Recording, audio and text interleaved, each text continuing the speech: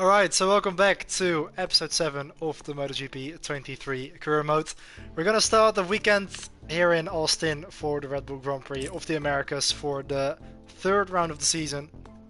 It's actually the same location and the same Grand Prix as the real life Grand Prix this weekend in MotoGP. Although, of course, we are about a year behind considering this is still the 2023 season. But yeah, we're gonna go into the first practice session here for Austin. Last time in Argentina we had a pretty strong race. In the end I got P11 because I picked up a 3-second time penalty on the last lap for exceeding track limits.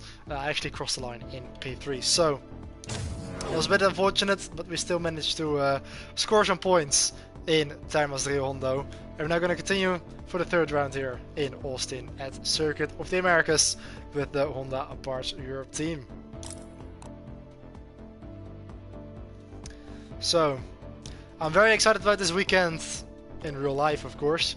Unfortunately, I need to work on Sunday, so I'm going to try to watch the race at work or just avoid any spoilers and watch it back once I get home. But I will watch the sprint race live, of course, tomorrow. And also, I've got SRL at an American venue tomorrow. Although that's not at COTA, but at Las Vegas. I'm also excited for that. But we're going to drive at COTA here in MotoGP 23 with the Moto3.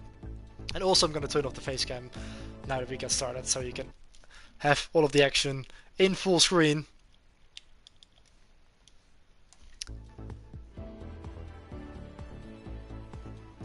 So without further ado, let's start with FP1, and hopefully we're gonna have a similar pace as what we had in the first two rounds, so we were pretty competitive. Hello all you MotoGP fans, we are coming to you from the Austin circuit in the United States, where a new MotoGP race is about to begin. In the pits, the mechanics are sorting out the last technical details before the start of this first official practice session.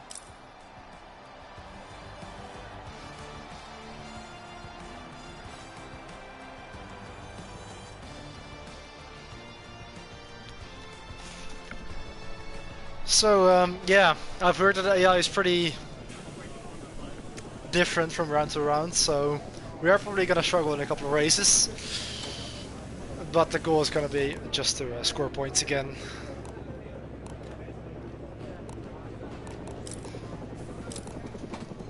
Let's go out on a set of medium hards for the first run here in FP1. Let's do a flying stars. There's movement in the pits, the bike is ready and the rider is about to take to the track.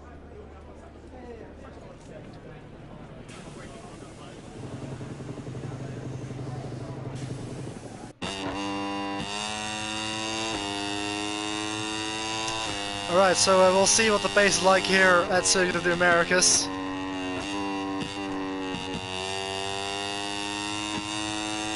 Quite a tricky circuit, especially the first sector, with all of the S's, of course.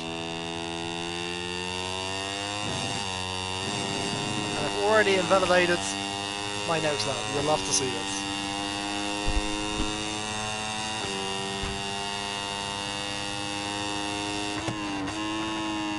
But let's just build up the pace here into turn 1, already very wide.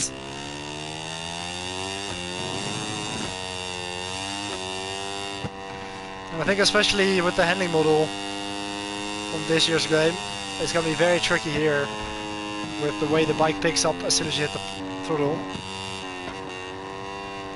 So it's going to take some getting used to get the S's right here. Of course you can get a lot of time once you actually do get it right.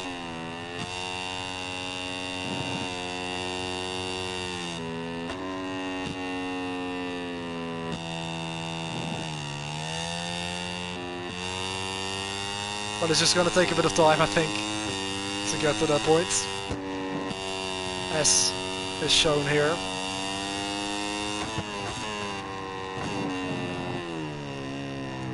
And that's already our first crash of the weekend.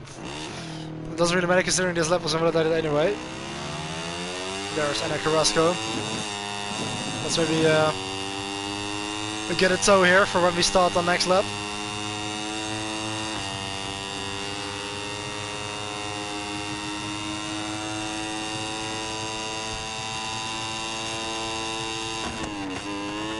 Starting to spot the braking points here for turn 12.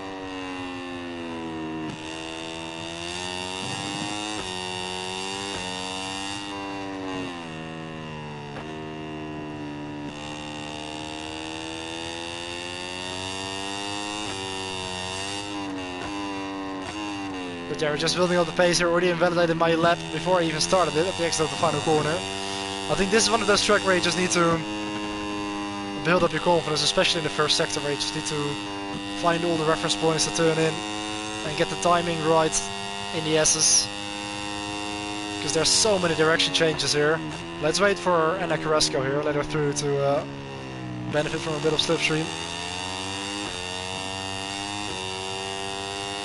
It would be ideal if we can close up to her on the back straight. So I'm going to keep a bit of distance here.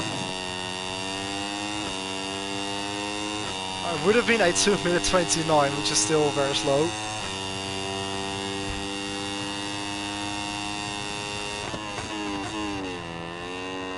That was already a bit better in turn 1. Oh, a bit of a wheelie.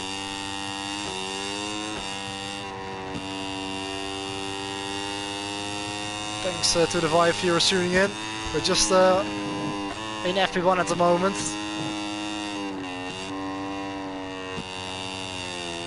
Already crashed my first lap, so let's try and see if we can get a representative lap on the second one here. That was nearly a track limit, just about managed to get away with it.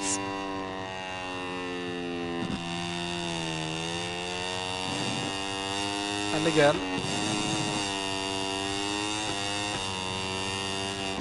Oh, I didn't get away with that one though.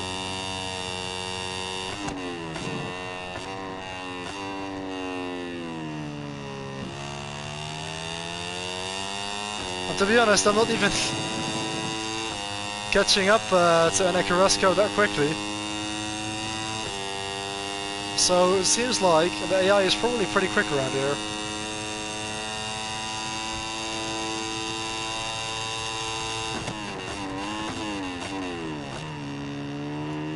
Oh, complete outbrake myself.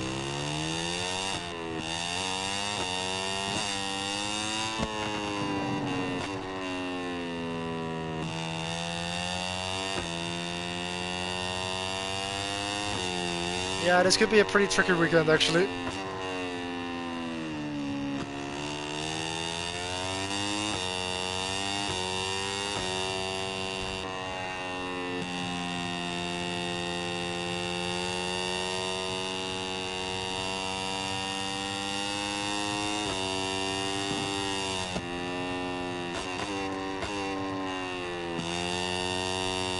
Let's try again for a third lap. This time without a tone or a reference point in front of us.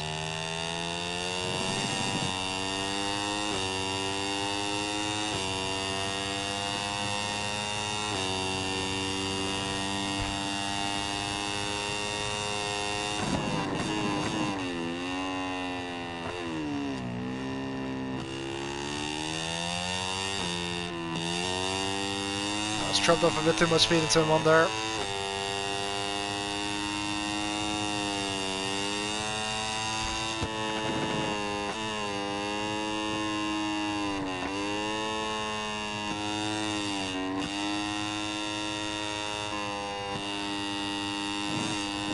Track limits, it's so easy to do.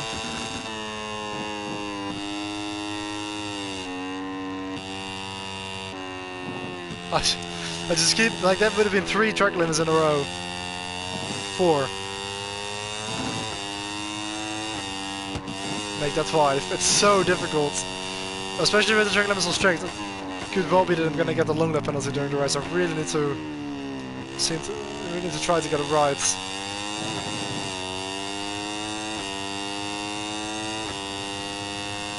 Yeah, that 2 minute 22.7 that we said was still over 2 seconds of the pace from Jose Antonio Rueda.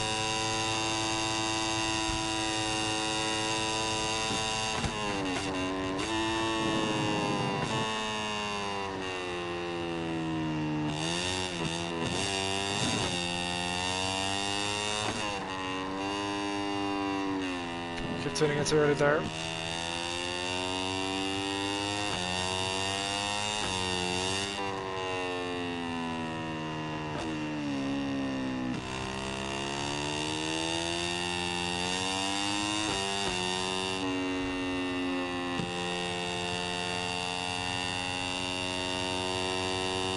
With his long right hander, which actually counts as 3 corners.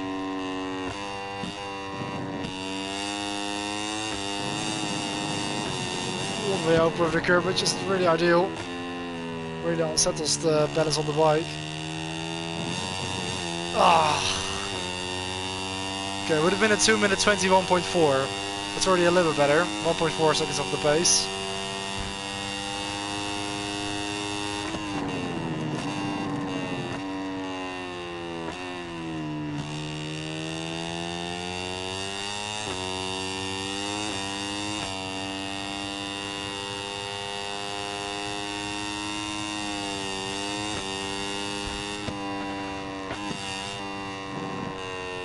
Messed it up.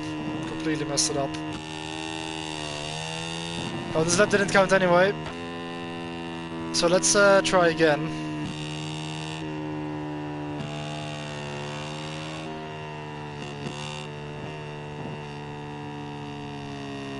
Let's restart the lap. Do I have enough fuel for that actually? I think I do. It's 3 minute 18.9 from Ivan Ortola. Of course, last year's race winner here, actually.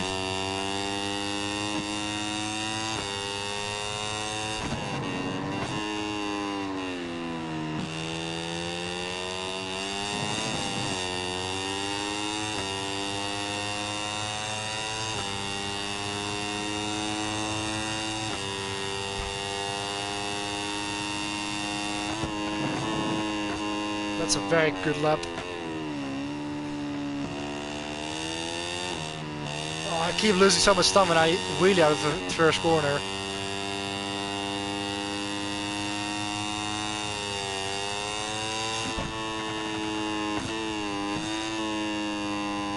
We've got Mario Aci there as a bit of a reference point.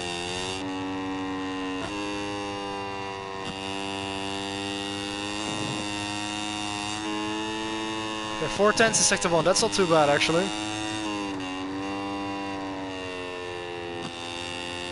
Yellow flags.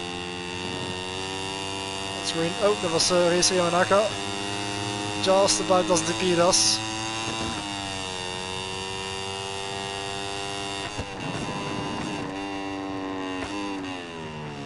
Ran wide a little bit down to an 11.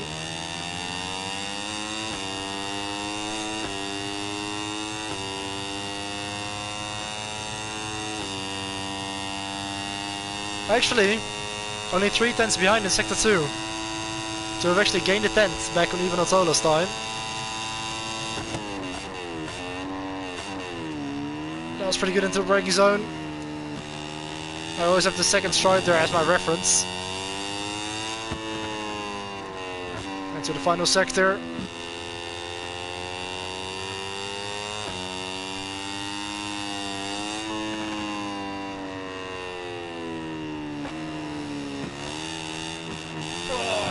That was not good. It's gonna lose me a couple tenths.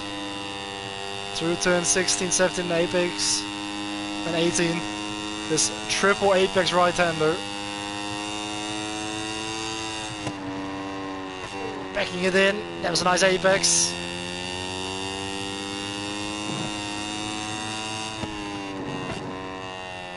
This has been a pretty good lap actually. Towards the line, 2 minutes 20.1, 1.1 seconds off. Although it is good enough for P5 at the moment.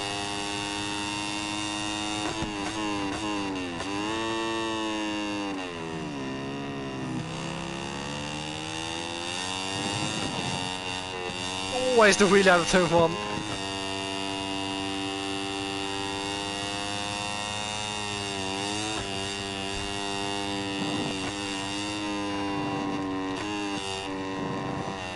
Mess it up. So easy to mess up the lines in the first sector.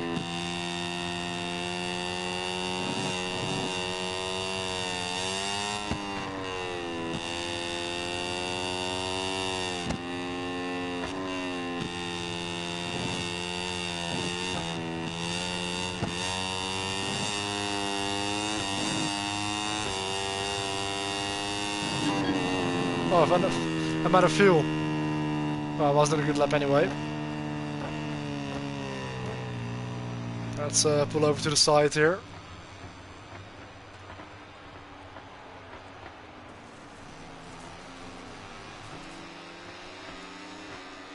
Actually, I could probably keep going for a long time because it's going downhill. But won't be able to make it back to the pits. Unfortunately.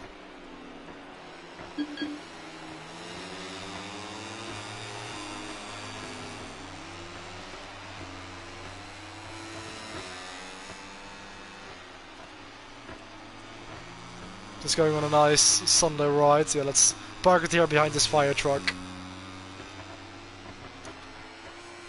There we go.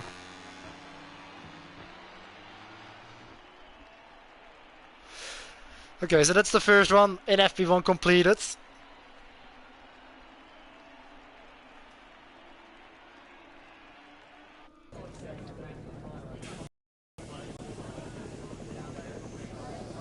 Um, 2 minutes 20 so far. Let's fast forward a bit of time here to see how far we are going to drop back. 2.2 seconds off the pace, because that is a little bit alarming. Oh, B26. Oh man. That doesn't look good. At least we are very close to the lap time of our teammate Tetsuya Mizuguchi. Let's just leave it at this and go out on a set of softs here for FP2. First free practice session comes to a close here, and as the last riders return to the pits, we can take a look at the first standings of the weekend. Yeah, 2.2 seconds off. We were still on the medium-hard combination, so there is still some time to find, definitely.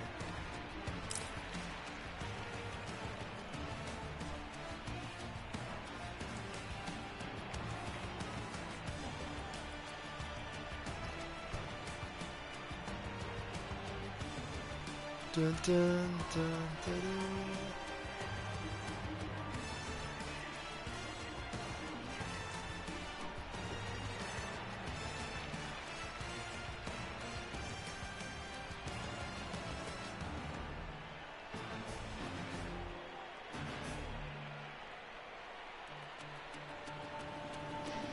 So let's do a bit of a time attack here for FP2. We're live for the second practice session in the Moto3 class. Only the first 14 riders in the combined standings will go directly to Q2.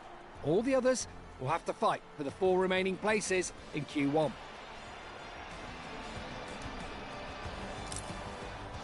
So also actually in Argentina we started off slowly and we just managed to build up, and we were actually pretty quick in qualifying. So let's hope for a similar thing here in Austin.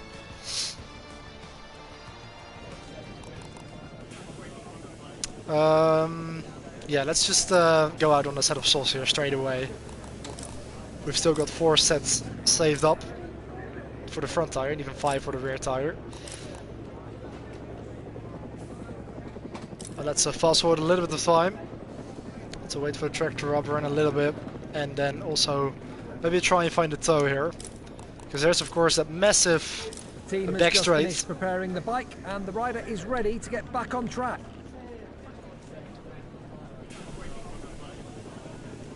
Hi Sandro, good to see you. Racing at the same track as where we have the real life Grand Prix this weekend in Austin. Seems like the AI is pretty quick around here. I was 27th in FP1, 2.2 seconds off the fast lap.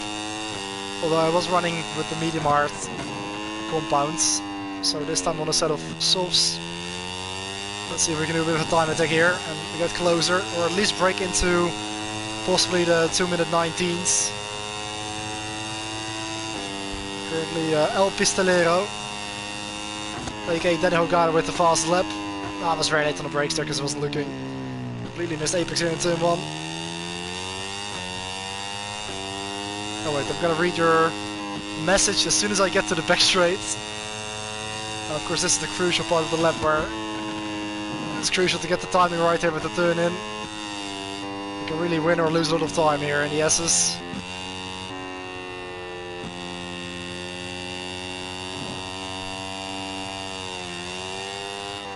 Apparently they'll still 100ths of a second despite running wide in turn 1 actually in sector 1, so It looks like I'm actually losing most of my time in sector 2 and 3.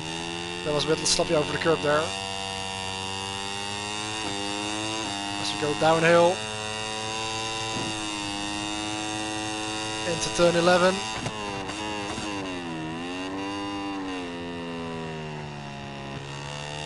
Again, miss the apex a little bit. And so you can win so much time if you have a toe on the back straight. I'm talking to a girl and we were talking about passions and stuff. Now she sent me a bit of her passion. What clip of me racing should I send to impress her? Oh, that's a very good question actually. I missed my reference point. I braked at the wrong stripe. I always pick the second stripe on the right there. Yeah, let me think about that, Sandra, but nice to hear that you're talking to someone. That's Scott Ogden in front of us there. My former teammate, actually. Of course, we did 3 races with that Vision Track school at the back end of last season.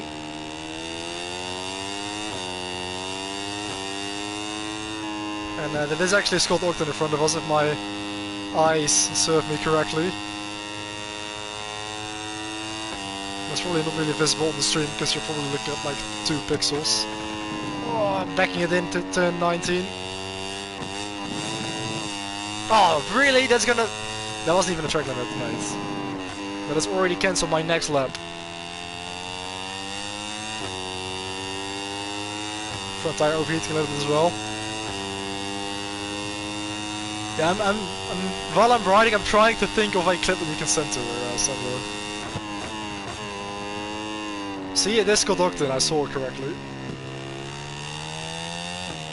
And always, I'm struggling with the wheelie that I come out of turn 1. Of course, it drops downhill. Lots of direction changes and lots of elevation changes around the circuit.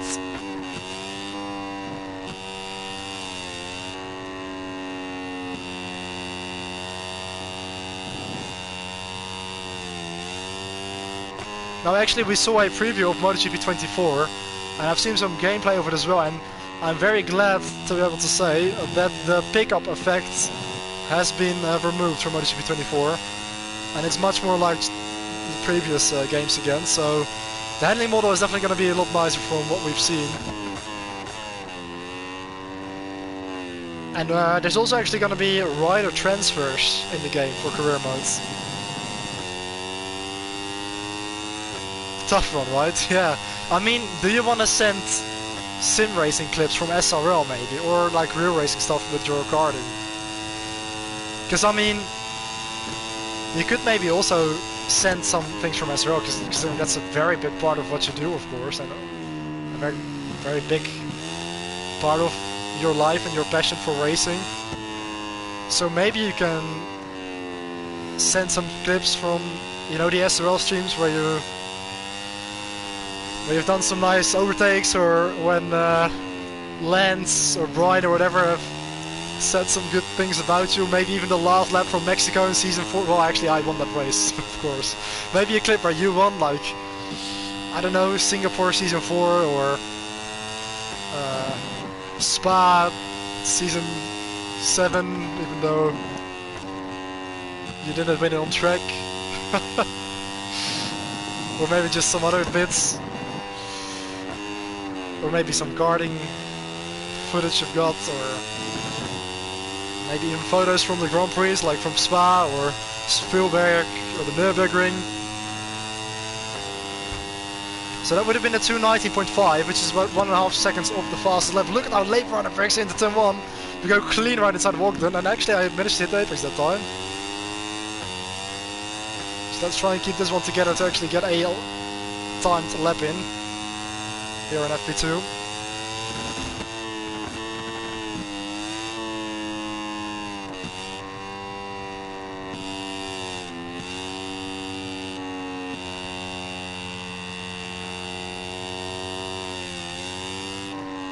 Wow, 6 stands up in sector 1.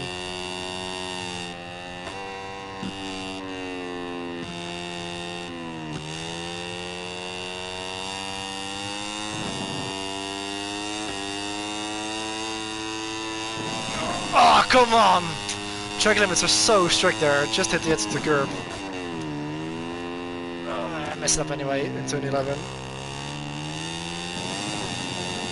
I probably need to get a new set of sauces because this set is getting pretty worn out, and the front tire is overheating as well.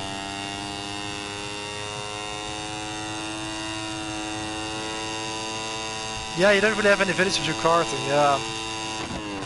And it's a little bit tricky maybe. You could maybe send a couple of photos. If you've got some good shots. So that's a shame, I think. Well, let's just see what this lap would have been. It's probably another like 2 minute 19. I think we just lose a lot in sector 2 and 3. And I'm not really pushing anymore. Maybe I need to back out of this one to cool the front tire. Yeah, let's try and do that. Let's try and cool down the front tire a little bit there.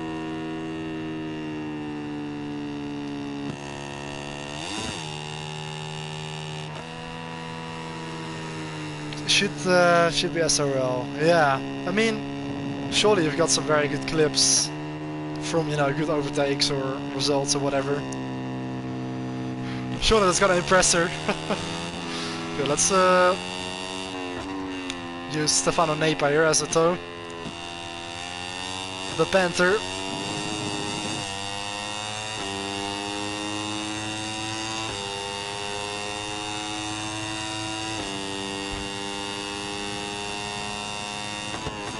I'm trying to think of some good moments maybe. I think... Oh, a bit of wheel there. Oh, I hit the curb. That's also so weird, right? You hit the curb and the rider just sits up. So you should just avoid them. Because it just loses you so much time. Okay, I'm kind of being held up by Nepa here. Again, 3/10 up this time.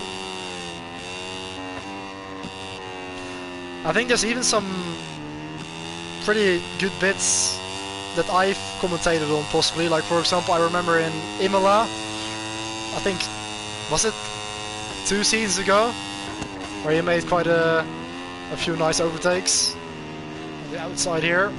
But now the good thing is, I messed up my exit. That wasn't a good thing. The good thing is we got the slipstream here from Nepa, which is gonna hopefully make up for my bad exit. A little bit. Kind of compensates for it. Okay, 1, 2, second try on the brakes. Very late on the brakes. Somehow we got it stopped.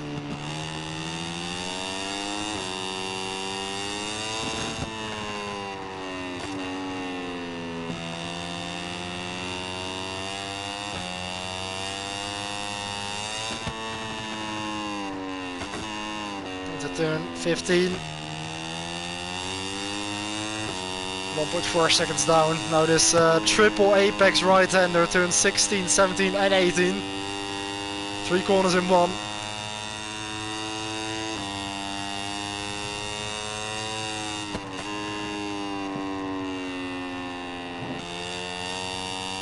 Don't run it wide there, that's gonna cancel my lap. Final corner.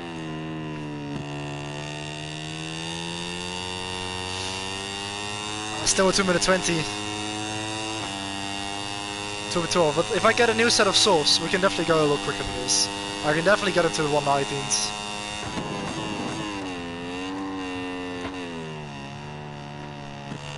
A lot of movements.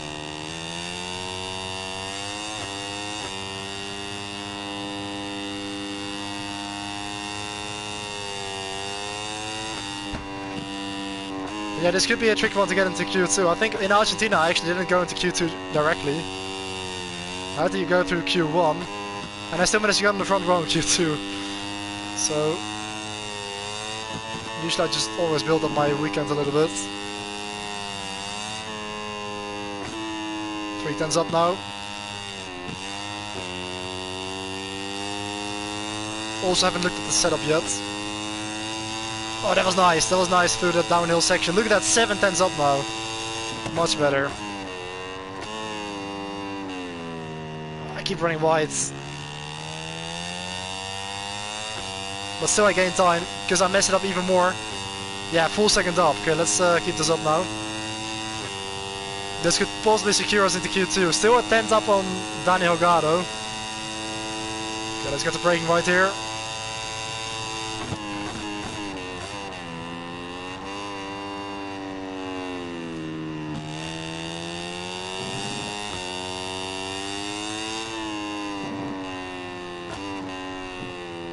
Oh, nearly lost it. Off the curb there.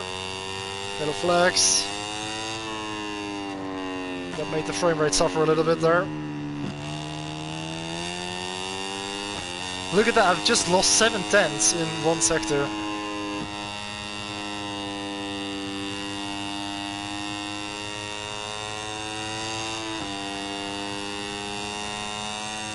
So it's the corner.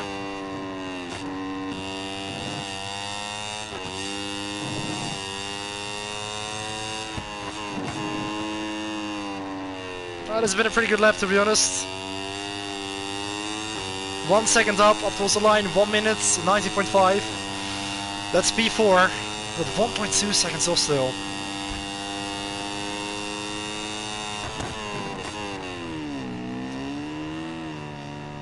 Completely banking it into turn 1. I think I'm gonna bank on this for FP2, this could be enough. Could be enough for Q2. That was biting off a little bit too much than what I could chew there. Alright, so let's go into the pits.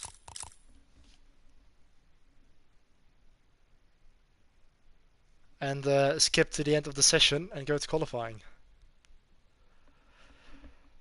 The director offering up shots inside the pit where the team is waiting for its rider to return. So, Sandro, if you're still watching, what is your prediction for the 3 race winners this weekend here at Austin? For all 3 classes. If you're gonna pick a winner in MotoGP, Moto2 and Moto3. Okay, let's go into Q1. Skip the session, which will hopefully be Q2. On track complete their final lap. Let's take a look at the results of that second pre-practice session. So, I was in 4th. But I dropped to 26th. And that lap actually felt pretty good. So it's definitely gonna be Q1 then. We're 2.1 seconds off the pace.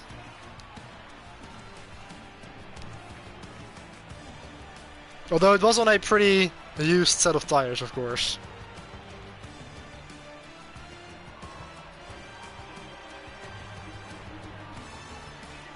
So let's see how far we can get then here in Q1. We did actually manage to progress to Q2 in Argentina, but it might not happen here.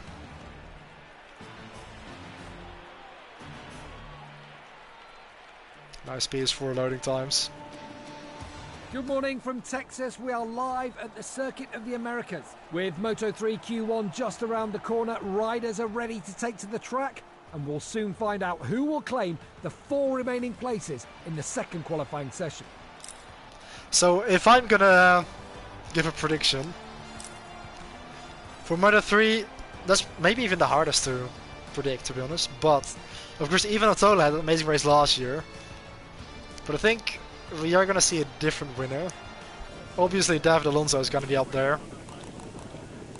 But I'm gonna go for Daniel Holgado actually to win in Moto3. Let's get a new set of softs. In Moto2, I'm gonna say Alonso Lopez actually, because he was very strong also in Portimao, if it wasn't for his crash, and even after he had fallen he picked up the bike and his lap times are actually matching what riders like Aaron Kennett and Femin Aldegar were doing. So he could have actually won in Portimao if it wasn't for his crash. And I think he's going to be strong again here. And in terms of MotoGP, I'm very tempting to say Marc Marquez. Why am I wearing a wetsuit? It's not even raining. But anyway, I think I'm just going to say Marc Marquez. Let's just throw that one in there. But of course I hope so as well. You're saying Alonso? Moto2 Lopez, MotoGP Bestia. Okay, yeah, of course. Enea Bastianini won in 2022 when he was with Gresini, but that very interesting race where he actually had a pretty low-profile first half of the race, and then just suddenly started charging his way through the fields. Oh, come on. Already cancelled my lap. Well, let's just restart the flying lap here. But yeah, 2022 was a great race for Bestia. So yeah, that's a good shout actually. I think this is also one of his strong tracks.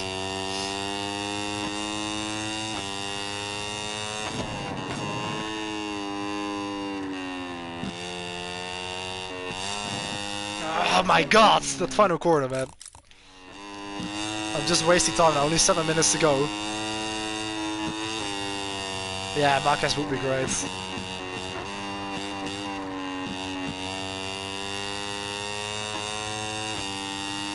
I need to go a bit wider in and cut back to have the exit here. Not get on the power too early. That was a bit conservative, but let's see if we can do like a low minutes 2:19. That time from Weyer, that's actually beautiful. That's slower than what we did in FP2. Oh, very bumpy there in 2-1. Keeps catching me out.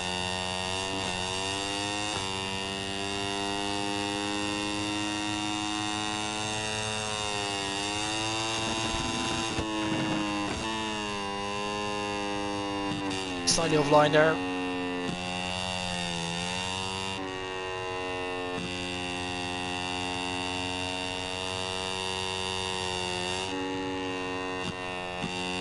Tenths under Weyer. Yeah, that's it seems like it was this, oh, I hit the curb. It was the same thing in Portimao in Argentina as well. The AI always seems to go slower in qualifying than in practice.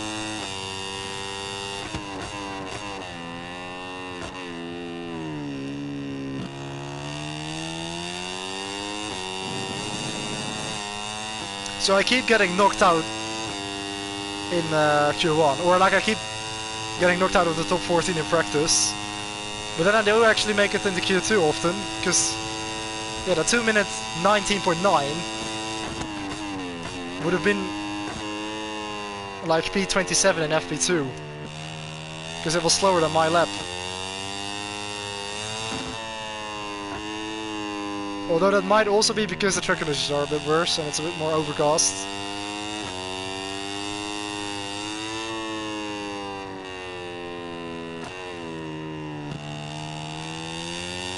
Anyway, let's see what we can do. We're only 2 tenths behind here in the start of the final sector. Through this long right-hander again. Trying to keep it tight to line ourselves up for this left-hander here. Nice apex there, on the power. Try to avoid the curve on the right to not unsettle the balance. Into the final corner. Up towards the line. Is it going to be good enough for the fastest lap? Yes it is too, 19.8. So that's at least a pretty decent banker. Oh, again I just keep running by the 2-1. Okay, so let's head back to the pits and see if this is enough to get ourselves into Q2.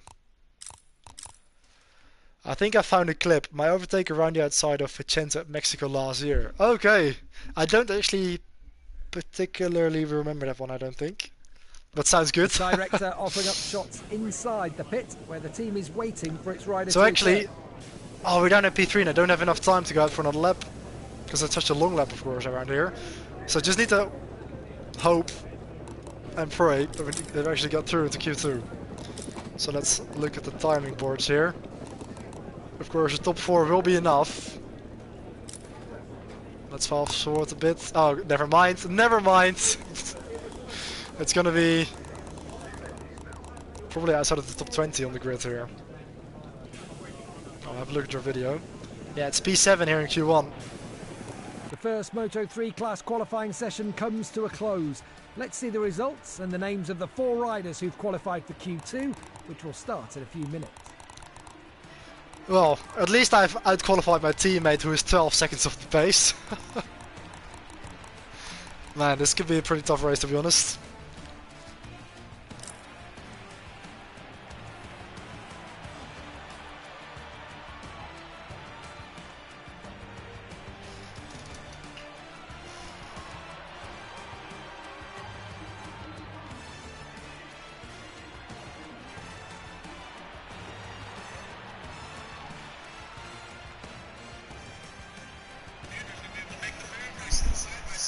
Oh, I remember that battle now. You were like...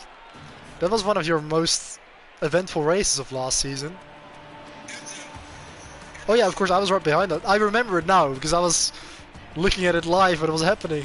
While I was behind you guys. Back home from the USA. We're live from Austin. I had the front row seat for that. The highest elevation change in the entire championship. Just a few more moments, Three of us still in front of me. The starting straight for the Moto3 class race. Oh, that's a good one. That's a good one.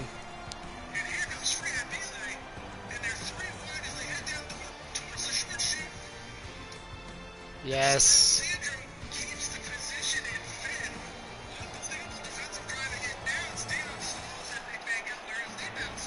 Oh yeah, my mode with Dion as well. What a race that was. I mean, you heard it from Lance. Unbelievable defensive driving. That's that will surely impress her. Yeah, you definitely need to send that one.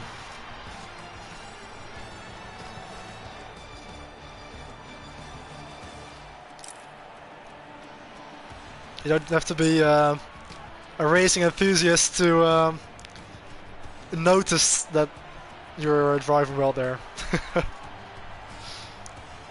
The cameras take us to the starting grid, where riders and engineers are discussing those final details. The weather is clear and temperatures are perfect for racing, but this track's fierce acceleration can cause the rear tyre to wear quickly. Yeah, let's go for medium hard. Lots of riders have fitted a medium tyre at the front and a hard tyre at the back. So this is probably gonna be a pretty tough race to get into the points, although it seems like we are very strong on the braking. So maybe we can make up quite a few places here, especially on the first lap.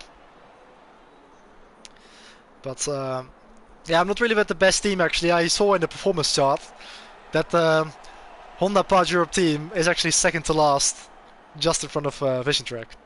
So yeah, P21 on the grid. Let's just aim for points here.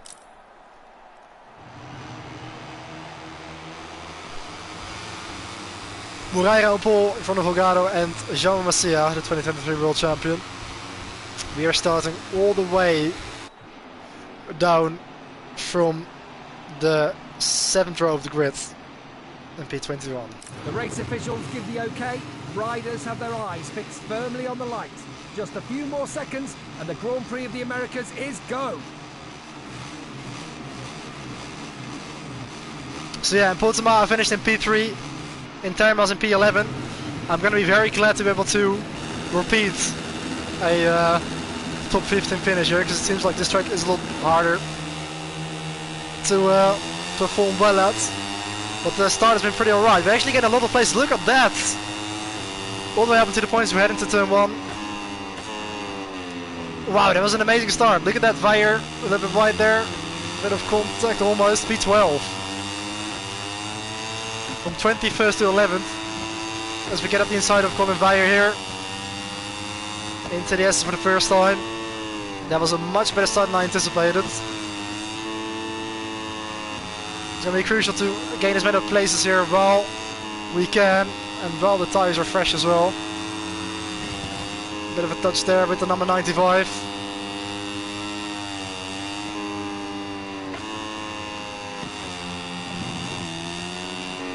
Vire with a bit of a nudge there, but it's been a much better start than I expected, that's for sure. Up the inside here into turn 12. Correction, turn 11. Up to P9 behind Joel Kelso, and we go alongside the Purstall rider up to P8 even. Let's send the fuel down to 2. And how late can we break into here? later than Suzuki and even Otola, up to P6. Oh, that's a much better start than I expected. But let's hope we can actually stay here now. Even Otola back up the inside of the turn 14. He defends the inside line there as well.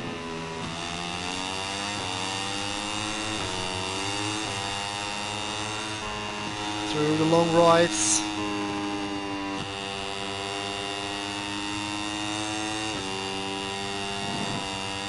Hit the curb. I actually forgot to do any setup adjustments. But it doesn't look like it's hampering us too much as we go around the outside of Otola into the final corner. We make it stick. P6 at the end of lap 1 from 21st on the grid. Behind Riccardo Rossi on that SIG 58 Squadra Corse Honda. He's lining up. Jaume Masia there. Into turn 1, we close up on the braking. Diogo Moreira still in the lead.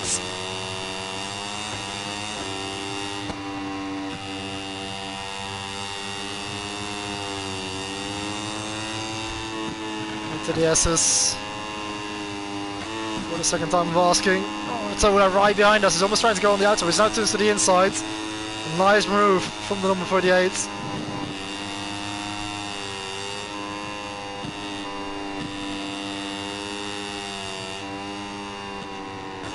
Seemingly able to carry a lot more corner speed through that than I was.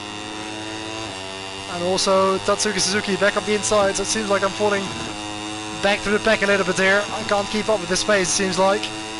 Although we can get him back up the inside here into turn 11. So yeah, the braking is definitely our strongest point there. Suzuki gives us a nudge back. But we do have a bit of slipstream now from that Leopard Honda. Back up the insides. Now let's give a break into turn 12. Up the inside of even Otola there. Back up to P6. Although I run it a little bit wide. Otola gets us back on the cutback, though we have the inside here for turn 13. We almost touch Otola, just about cuts across the front of our front fender there and hangs on to P6. Nearly hit the back tire there. Bit of a wheelie on the exit.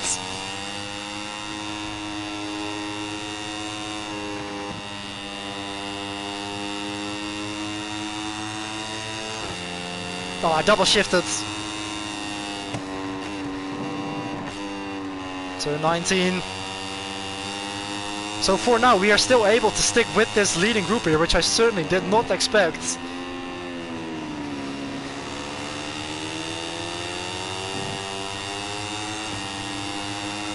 Take care of the tires, yeah, good points. At least the temperatures are still good. Up the inside into turn 1 here, Ivan Otola.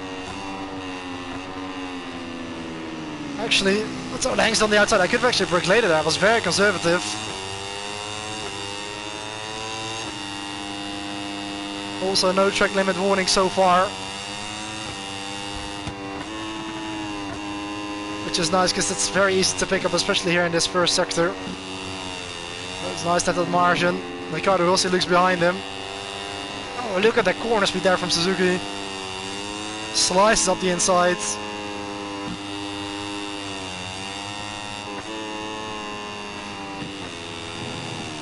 And that's the first warning. That was a bit unnecessary. Kelso finds a way through. It seems like I'm struggling with the S's there. Up the inside back of Joe Kelso.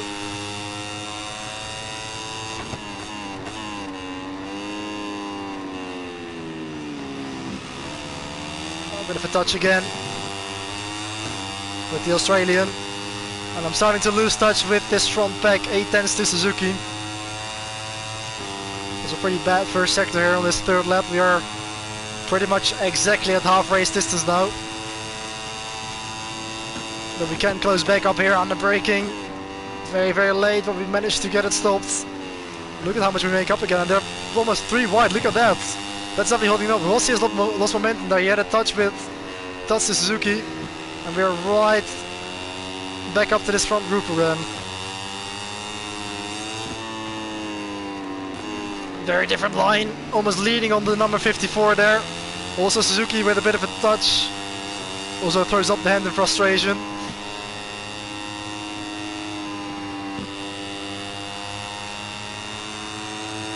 Trying to keep the line tight in his long rides.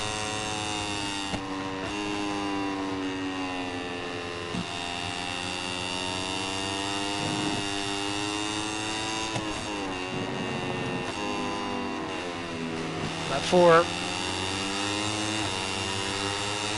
Yeah, I'm pleasantly surprised about the race pace here, 2 minute 20.9 as well. About a second of what we did in qualifying, that was a 19.8. Up the inside in turn 1, over Ricky Rossi and Masia, and Togado and Suzuki. Up to P4. Oh, a bit of a wheelie as well. On the exit, Suzuki gets us back. Though we have the inside now here, if we can actually keep it alongside, we can't.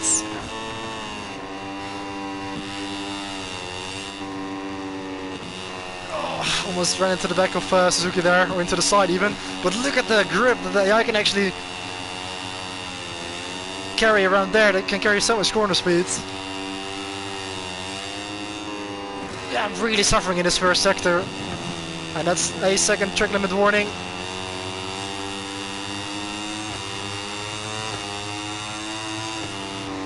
Make that a third one. I'm gonna have to be careful with that. Back up the inside of Ueda and Rossi. Bit of a nudge. Oh, I've only got one warning left. So we really need to be careful in the first sector there.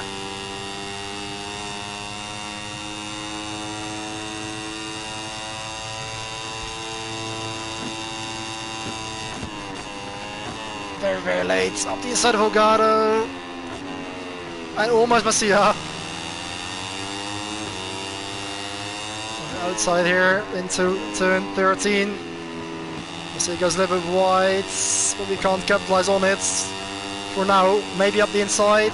Very tight line now, that's not going to work. Not really an overtaking opportunity is at turn 15.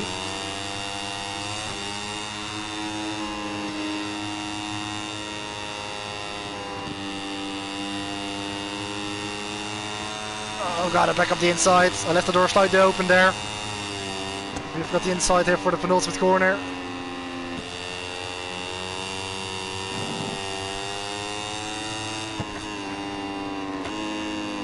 This has been a slightly better lap as well.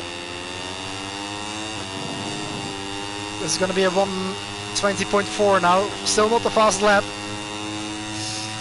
As you start with the penultimate one. Lap 5.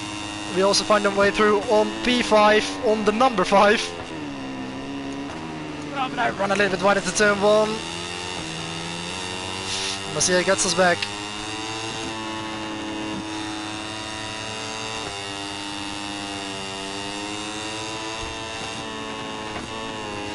Oh, around the outside. Nice, we can overtake in the S's. Let's keep the lines tight now to not allow Masia to find a way past again. And let's especially be wary of the track limits.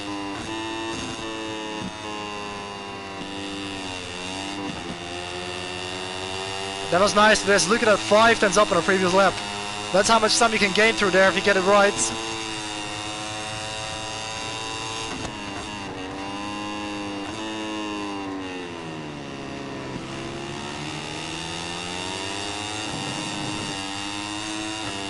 Because you know, after how practice and qualifying went, I'm already relieved to be up in the top 5 here, to be honest.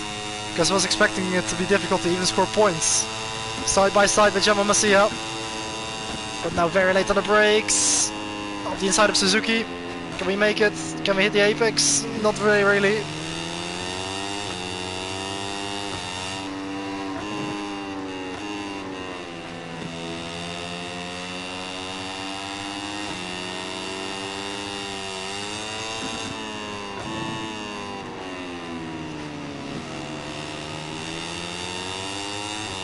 Looks like a podium might be slightly too far.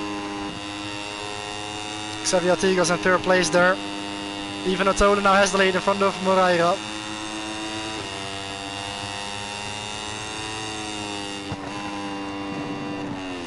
Missed the apex there. Backhand kicked out a little bit too much.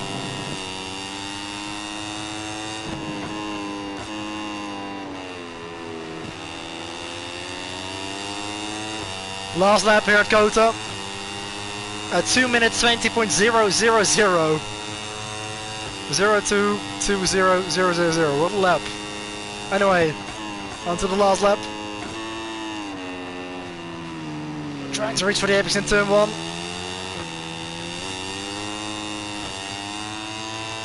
Looks like P4 might be the highest we can get here.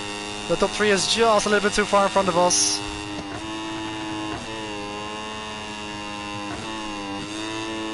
Very nice with the direction change there. And close up to Suzuki.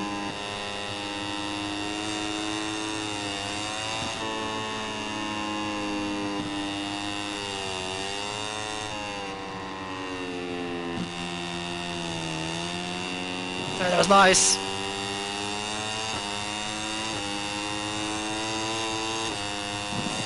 Oh, that's a track limit. Oh, that's my final warning. Up the inside.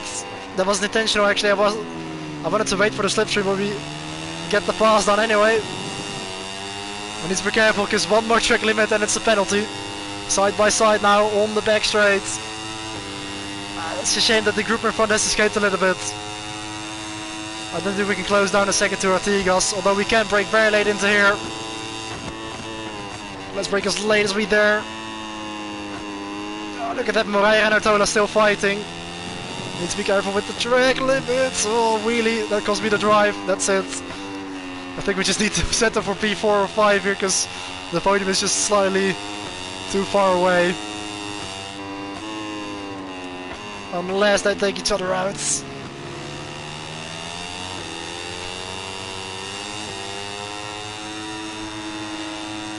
So, it's the battle for P4 now with Callaghan. And it looks like we are gonna miss out unless we can make an audacious dive into the final corner. How many risks do I want to take? Let's go for it. Up the inside. No, that's not gonna work. That's P5. Anyway, I'll take that. I'll happily take that. P5 here in Austin. Well, after how we started it, not bad. Let's take a look at the final classification of this Moto3 race. The riders are enjoying a well-deserved lap of honour, and we'll soon be joining them in Parc Fermé for the usual post-race interviews. Wow. Well, that was a classic Moto3 race, wasn't it? But considering we were 27th in FP1, 26th in FP2, and 21st in qualifying, somehow the race pace was just so much better. We actually matched our fastest lap from qualifying. Wait, I'll check back. It was definitely a 2:19.8, but I don't know what it was after that. Let me check.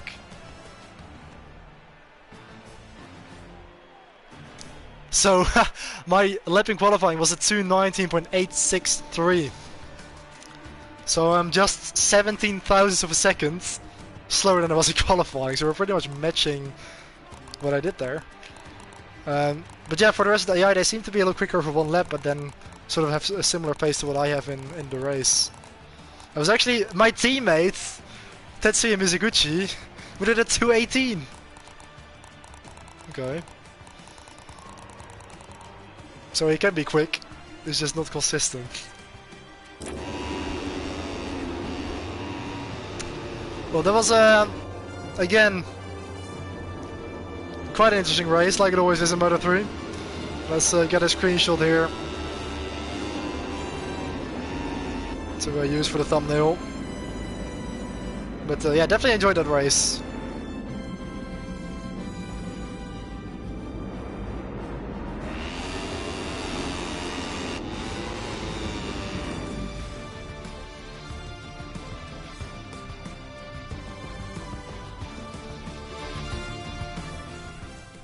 I'm sorry to break up the music, but let's get a shot here of this downhill section here at Austin.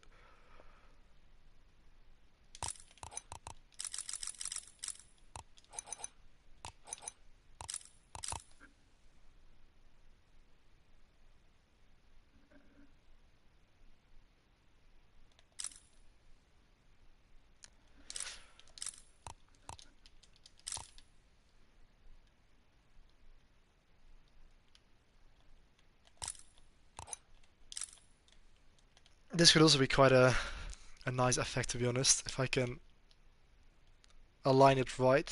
Although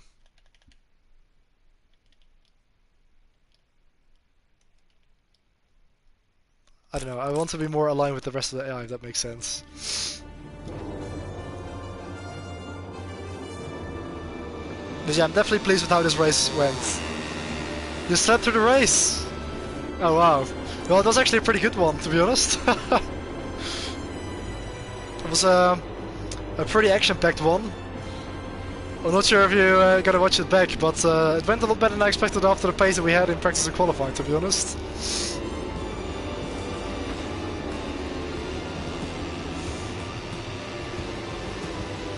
But yeah, it was a classic Moto3 race, just lots of overtakes and slipstreaming and all that. I mean, if you got the replay here. But yeah, we were actually pretty strong on the brakes, so that really kept me in the running. And at some point I did a 2-minute 20.000 lap, and my fast lap actually ended up being a 1:19.8, which matched my fast lap from qualifying.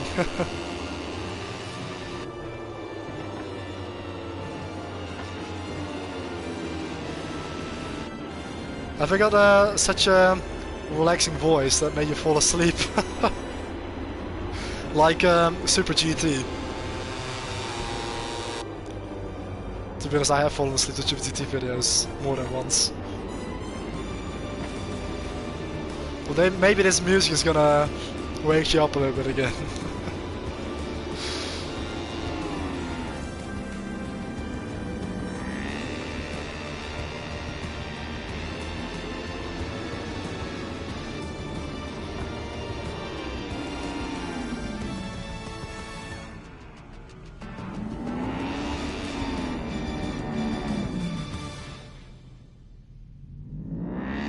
Yeah, this was a pretty good one, to be honest.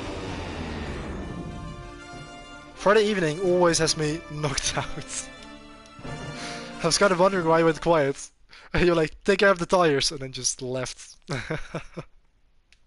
Yeah, I can get that exhaustion from the week.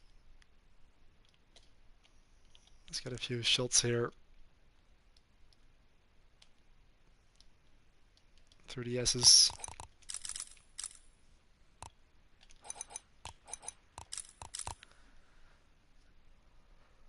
But yeah, it was actually better than Argentina, where I finished in 11th. I wasn't able to repeat my podium from Portimao, but we were actually pretty close. Definitely after how qualifying went, I didn't expect it. I actually thought it was going to be difficult to even get points.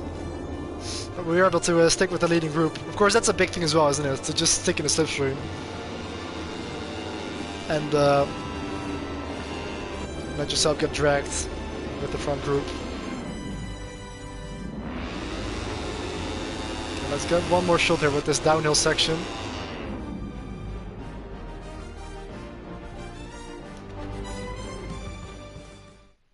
It's kind of a shame that the music always stops, isn't it? Whenever you go into photo mode.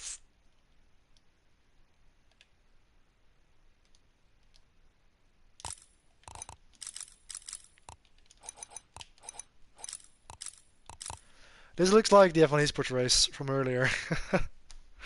Yeah, I guess it does, but how close the field is. Yeah, F1 Esports is honestly so close. I haven't actually watched the last two races yet. I did watch the first four, I think, wasn't it? I watched Jeddah and Spielberg and Silverstone and what was the other one? Spa, wasn't it? Yeah.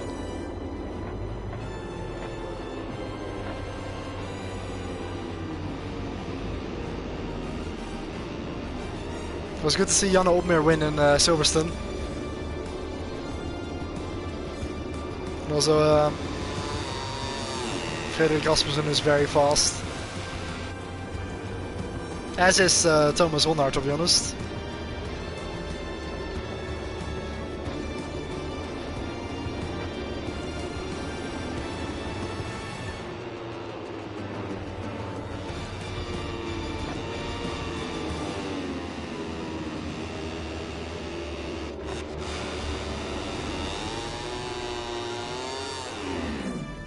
Maybe one more shot through here. I do really like this triple apex ride. Turns 16, 17 and 18.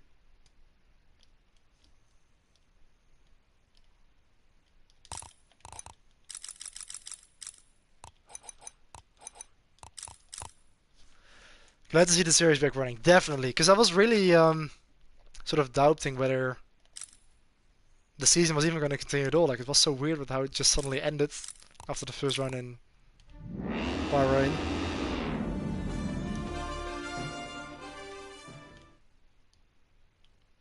Okay, the final shot. Nah, that doesn't really turn out like I expected, to be honest. Yes, that's decent. But yeah, it's good to see it back up running, definitely.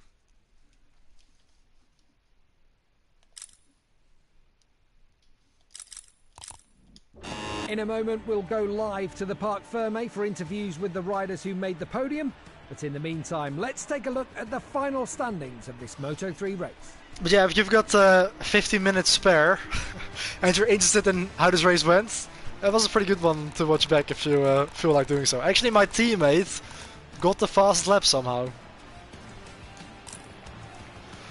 P5 in the Drivers' Championship, 34 points down on Xavier Artigas, who leads from Jago Maria and Callaghan in P4.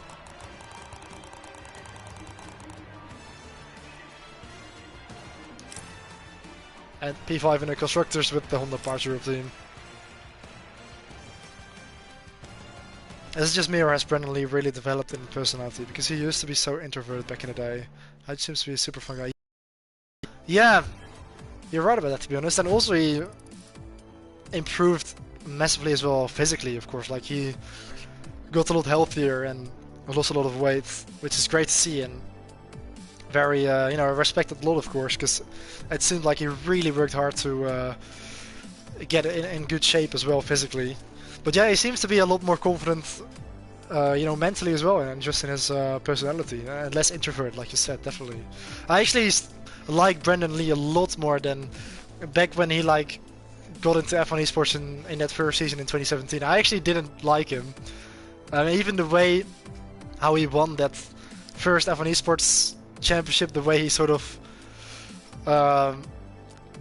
pushed, I think it was Fabrizio Donoso, wasn't it, off the track in the chicane, and then sort of started pointing, saying that he can't do that and all that. Of course, yeah, I think it was Donoso who cut the chicane. He had to give it back, and I know Brendan Lee came across pretty arrogant and maybe even a little bit unsportsmanlike. And yeah, it seems like I actually like him a lot more now, because it seems like he's a lot more yeah, sportsmanlike and just, you know, friendlier and respectful. Yeah, I'm also sympathizing with him, definitely. Yeah, I mean, to be honest, I've got a lot of respect for every esports driver, of course, because their level is amazing. Like, the way they drive nearly perfectly, lap after lap, at lap record speed is very impressive.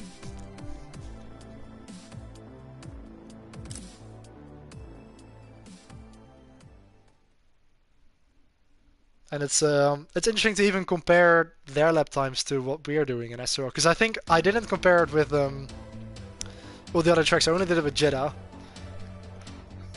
What's happening here? The rivalry with Ricky Rossi. Have we won it or lost it? We haven't. Well, neither of that, to be honest. I think that was just a bit of a cutscene. But what was I saying? Yeah, I actually compared the SRO qualifying lap times, and I think Nicolo would have actually not qualified in last if he would have actually if he would have taken his lap time into the F1 esports qualifying session. I think he did a 26 point something, and like the fastest lap in Q1 was like a 25, but in the end the pole lap was like a 124, I think. If I remembered correctly. But I think Nicola's lap, his pole lap in Jeddah, would have placed him like P18 or 19 on the grid, I think. But I haven't compared all of the other laps. from the other tracks. But it's kind of interesting to compare. Of course, it's probably not the exact same because track and is going to be a bit different. I saw that they're using the FOM cars as well, but I think it's just the normal eco cars, isn't it? So I think it's very similar performance-wise. And probably track conditions and temperatures and all that are also very, very similar. So yeah, I think that goes to show what the level of guys like Jensen Rendo and Nicola Falzaresi is like. Because they're definitely not that far off, to be honest. They're not that far off. Especially Jensen. I think Nicolo, like, he can be really quick over one lap or even over a race, but he's more prone to making mistakes, and Jensen is just nearly unbeatable, you know? They're minimally different, but it's comparable. Yeah, exactly.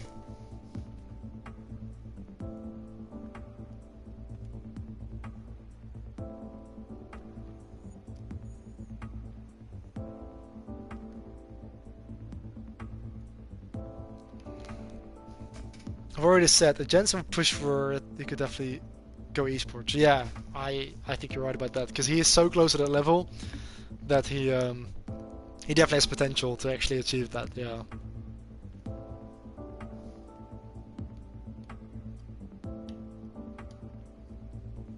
Let's pick a fight with Ivan Otola here. Next race is going to be a different story. Nicola got that raw speed and talent. He just needs to mature as a driver. Exactly. Exactly.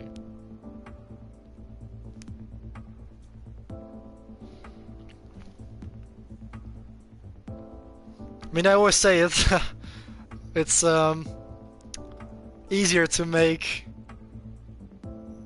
a fast driver who crashes a lot crash less than to make a slow driver fast.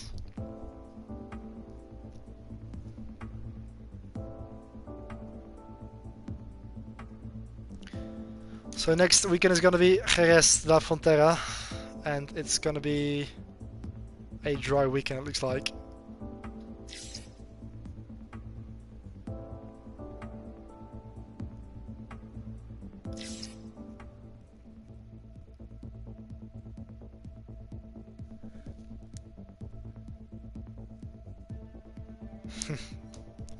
Wise words indeed.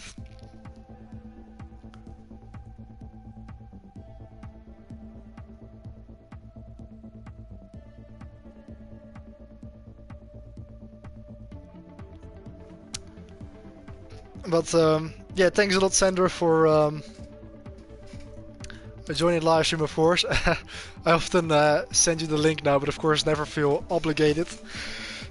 Or it's just in case if you got time, and in case it interests you being a MotoGP 23 player as well, of course, yourself. You have progressed a lot further into the career than I have, of course. Although I might actually get MotoGP 24 on release for a change. Because it does look a lot better than this game, to be honest, especially in terms of the handling. You're just chilling anyways. That's nice to hear. Very much appreciated, of course. Maybe I can turn on the facecam as well for the end of this live stream. There we go. I was it's still, especially when playing motorbike games, a bit too distracting to have it in the corner. So that's why I prefer to have it off. It's Laguna Seca in this game. It actually is. It's Beatles. It is in the game, yeah, as a classic track, so it's not actually part of the career mode, unfortunately. But it's part of the game if you go into Grand Prix mode or online or time trial, whatever. I think it should, yeah, here, historical tracks. Aragon, Brno, Donington, Estoril, Indianapolis, and Laguna Seca. Yeah, it is. There's a lot more in this game than you know, Sandro. I actually look like a ghost because the screen is so bright. So let's turn that off again. Yeah, maybe we need to visit the classic tracks next time we go online. We can do Laguna Seca, Indianapolis, of course the reverse layout of Indianapolis, and Sokol as well, which is a pretty bad track anyway, but yeah.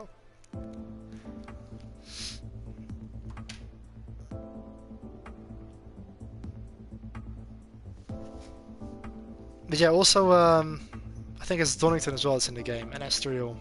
I actually quite like Donington. I think that's a great track. Although I do prefer it on games like Ride 4 because I just think that the handling model is a lot better on that game still. Laguna is hard on the bike. Yeah, definitely, especially with the drop downhill, of course, with the corkscrew. It's very easy to lift up the front tire. And of course, when the front tire is lifted on the lean angle, it's very easy to crash. And also the edges of the track are very close always, of course, so it's easy to go off track there. But yeah, we last saw it on the MotoGP calendar in 2013, which was won by Marc Marquez. Actually, that was the only podium for Stefan Bradl, who finished second there back when he was with the LCR Honda team. And Valentino Rossi finished in third place in front of Alvaro Bautista on the Gresini. Back when Gresini was Gresini Honda, sponsored by Go and Fun with the green colors. But yeah, we don't go there anymore. Same with Indianapolis, where the last race was in 2015, when Marc Marquez defeated Lorenzo in a 1v1 battle. He overtook Lorenzo with 3 laps to go and won that race. Actually, that was also the only victory in Moto3 for Livio Loy, who was racing for RW Racing at the time. I don't know if you remember that name, but that's a throwback. I can't actually remember who won Moto2 in 2015. It might have been Johan Zarco actually, but I can only remember Moto3 and MotoGP strangely. But yeah, Moto3 was weird because there was a flag to flag, so they had to actually make pit stops, and I think Loy was like one of the few riders who didn't, because I think he started on slicks or something, or wets, one of the two. Livio Loy is definitely a throwback, yeah. He actually made an appearance in World Supersport 200 as well, and I think he was racing in the CIV Italian Supersport Championship for the last couple of years with a Kawasaki. Yeah, and Efren Vasquez was 2014 indeed. Yeah, I think he slipstreamed Fanati, wasn't it, in 2014? That was his first victory. Yeah, Vasquez was a very experienced rider because he's been around for a long time. He made his debut in 250s actually in 2007, and was then in 125s from 2008 onwards. And of course, he only won his first race in 2014 in Moto3, and then he won again in Sepang. And then in 2015 was with Leopard, then moved up to Moto2 with the JP Moto team with a Suter, but he had a big crash in Austin, which basically ended his career. And actually there was a photo that showed up this year, because he's now actually the test rider for KTM for the Moto3 project. But I saw that you commented on one of my posts on my Racing Essence account, but that was actually fake, because there's like, I think it's the 28th of December, which is kind of like the 1st of April here in the rest of Europe. That's kind of like the April Fool's Day in Spain. So that photo from him on the KTM RC16 is actually a fake photo. He never actually got to ride a MotoGP bike.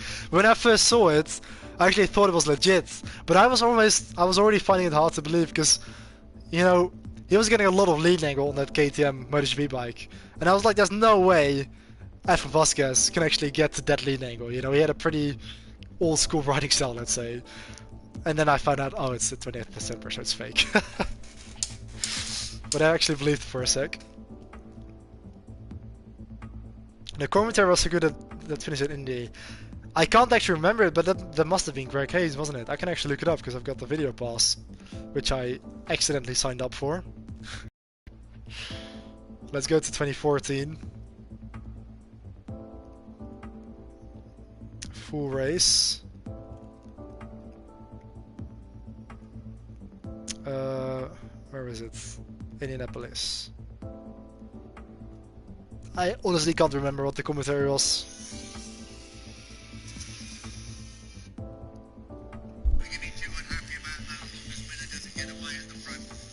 Nick Harris, of course. Of course, Jack Miller back in Moto3, Alex Marquez, Bagnaia, Rins, Binder, Bastianini, Oliveira. Literally every MotoGP rider was in Moto3 in 2014, pretty much. It was Greg Haynes.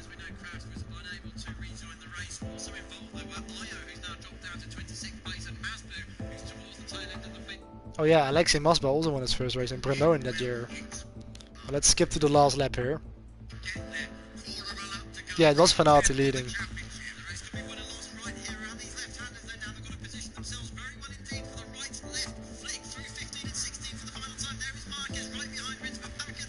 Oh, track limits for Alex Marquez.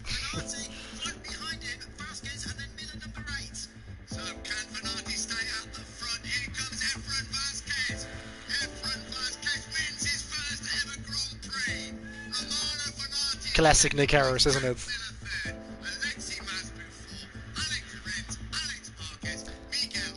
Jorge Navarro was still with the Mark VS Moto3 team.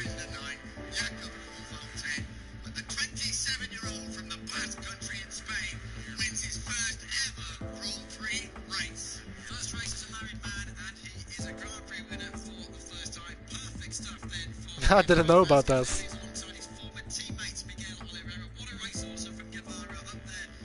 So he got married and then won his first race. Well, that's a good timing.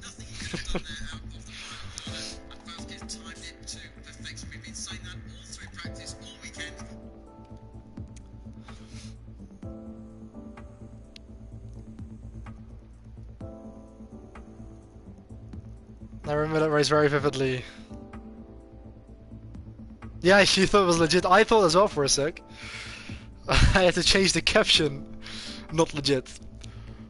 On German TV, of course. Yeah, of course you can only watch it on German TV then. I think I even recognize. Yeah, of course. Yeah, I recognize that finish off TV with my phone and up. Oh, you recorded it, uploaded it to YouTube. That's great. Yeah, of course it was only like a month or two before that when I actually visited my first Grand Prix in Essen. That was that same year in 2014 when Anthony West won in Moto2 in front of Vinales, and Moto3 was won by Alex Marquez. And MotoGP by Marc Marquez, of course, when he came swimming over the line. And actually, that was also the first victory for Bo Bendsneyder in the Red Bull Rookies Cup in race 2 that day in 2014. And of course, I knew about Bo already because my father knew about him, because my father knew his father. So my father has known Bo since he was like very little, like 4 or 5 years old.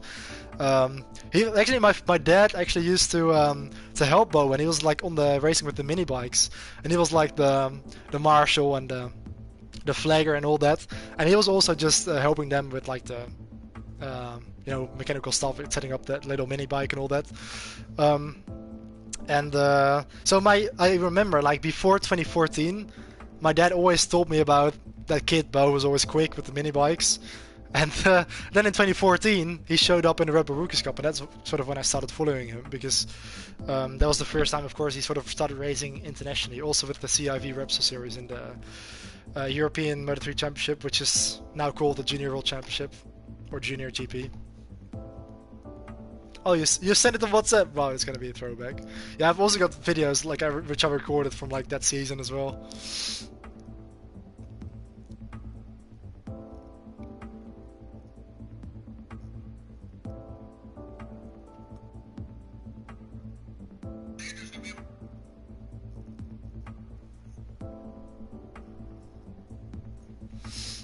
I think it's still sending. Oh yeah, I've got it. Oh, you've got the link. Wow, August 2014. Wow, that's such a throwback. I love that you've actually recorded this, and I love that you were even watching Moto3 back then, because you were really young, of course, because you must have been 11, I think. That's great.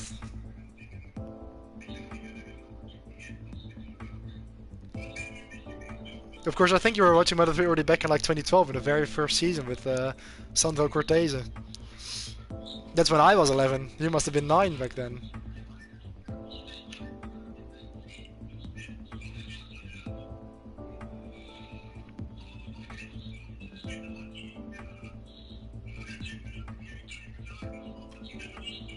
Yeah, it's crazy, right? That 10 years later, so many of these riders are now very experienced MotoGP riders. Like Jack Miller, he's in his 10th season in MotoGP. Can you believe that? We still remember him as a young guy in Moto3. And of course, Alex Rins, he's in his 8th season in MotoGP. Alex Mark is already in his first, second, third, fifth season.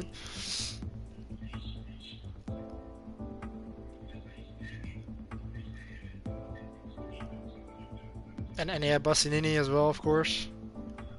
Bagnaia. Even Jorge Martin, he was still in the Red Bull Rookies Cup. He wasn't even in Moto3 yet. That makes me feel old. Also Fabio Quartararo, he was also still in the CIV Junior Moto3 Championship in 2014.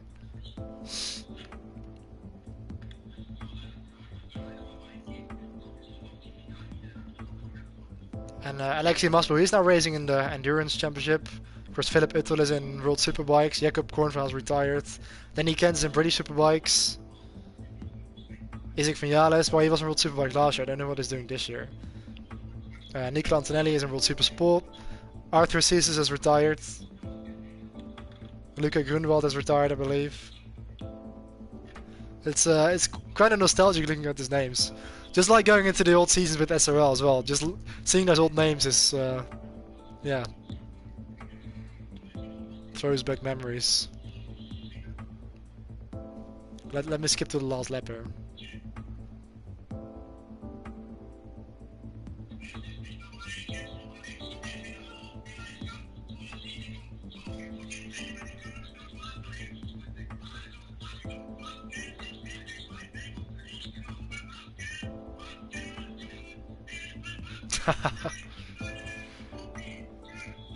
You can definitely tell the commentator was cheering for Vasquez there.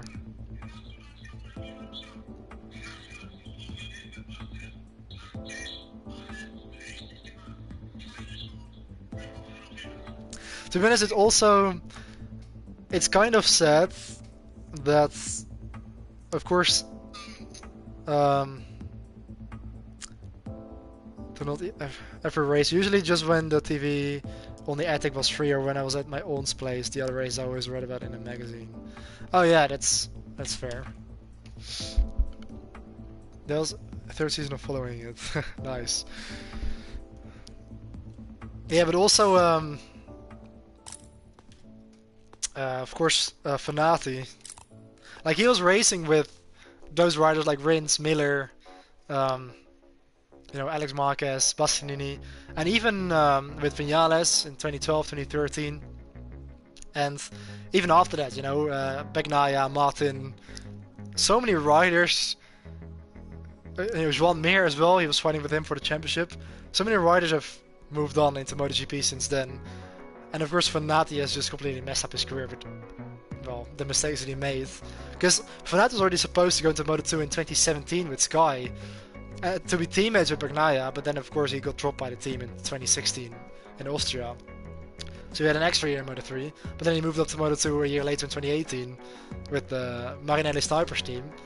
But then what if he didn't grab Manzi's break? Like, he would have joined Forward Racing, which isn't the best team, but I think he could have had a very long career in Moto2. And, you know, looking at his, even in Moto2, going back to Qatar, first round in 2018, he actually qualified ahead of Joan Mir, who was also a rookie in the class, of course. And he was actually fast over a lap. He was even challenging for pole position in Silverstone.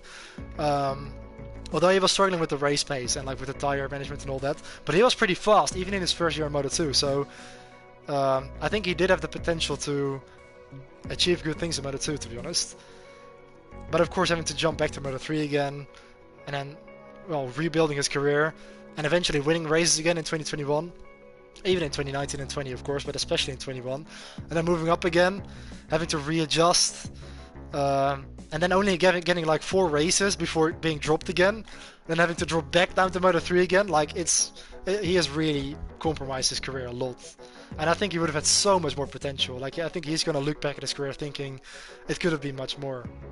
It could have been so much more. And maybe, it's hard to say, but if he would have actually had the time to mature himself as a Moto2 rider, who knows, maybe he would have had a shot at MotoGP. Or at least he could have had a solid career in Moto2, I think. But yeah, now his career has just ended with a very disappointing season in Moto3 last year. You know, it basically ended like even worse than it started, because in his first version of Moto3 he was on the podium in Qatar. He was fighting with Vinales. In his second race in Jerez he won. And, you know, he got into the scene so quickly. Like, everybody was saying, this is the new talent from Italy, you know? And it sort of all went wrong. And, yeah. he probably has to go back to a normal life now, I guess, because it's gonna be hard for him to even race anywhere professionally. I think even something like, well, it seems like he's just retired from racing completely because he hasn't really shown up anywhere, not even at national level now.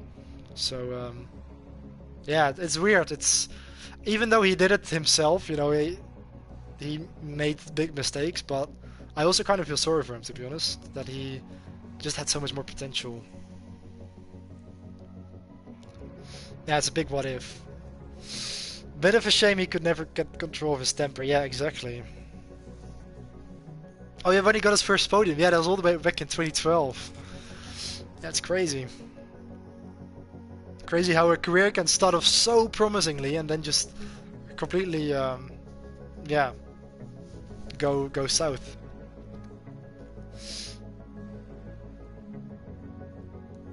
But yeah, who knows? Maybe there's a chance for him to maybe find a seat in World Supersport and maybe race professionally there, but I don't know. Also, he became a father, of course, so maybe he is just committed to that role and that life. Yeah, we'll see if he shows up anywhere.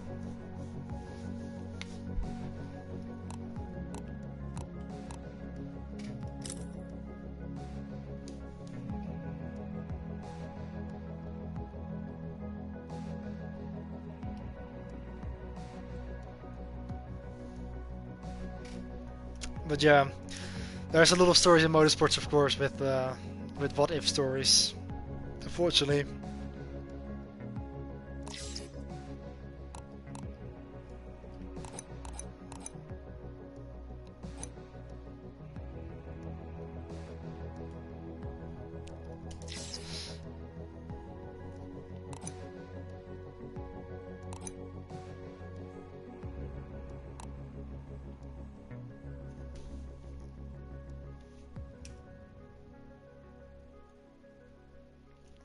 Yeah, looking forward to this weekend in Austin, of course, and I'm even more looking forward to the weekend after that, of course, in Essen with World Superbikes.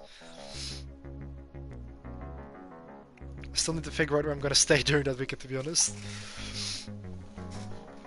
But that's a lot easier to figure out with World Superbike than with MotoGP.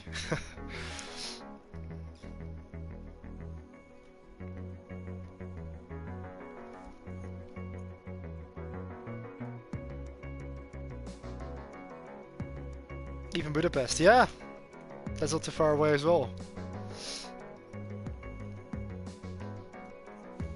Yeah, lots of things to look forward to. It's only, yeah, a few more months.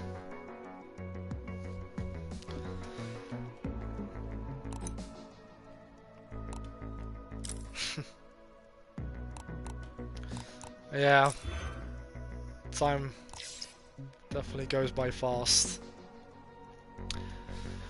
Before you know it, you're 23. Like, it's crazy, for example, I shared a video from when Marquez won his first race in Austin in 2013. And, of course, back then he was 20, and I was 12. You were 10, probably. And if I think back to 2013 and to the races I've watched, like in MotoGP and Formula 1, or even Vacation from back then, and if I sort of take that time and put it ahead of me, so 11 years into the future, then that's kind of daunting, because it doesn't even feel like... yeah, of course it feels like a long time, but it doesn't even feel like that long ago. And to think about the fact that that same time frame put into the future is gonna be 2035, so I'm gonna be 34 by then.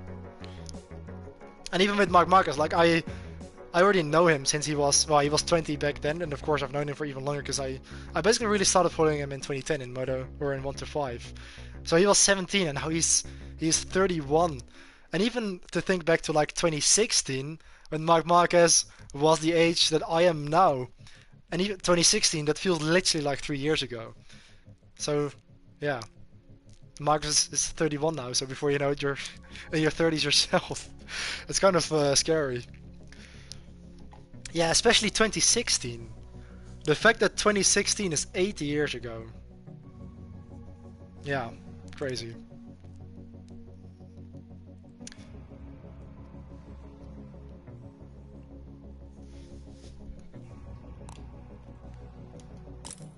It feels like yesterday that I thought Seb would win a title with Ferrari. Like literally yesterday. Yeah, 6-7 years ago, exactly.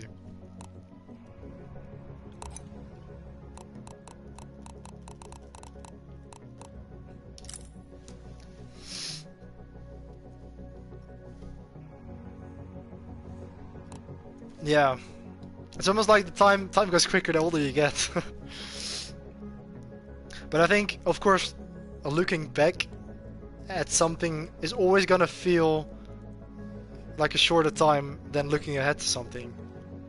That's just natural, of course, because you don't remember everything, obviously. Like even if you think back to your high school days or something. Like for me, high school was between 2013 and 2018.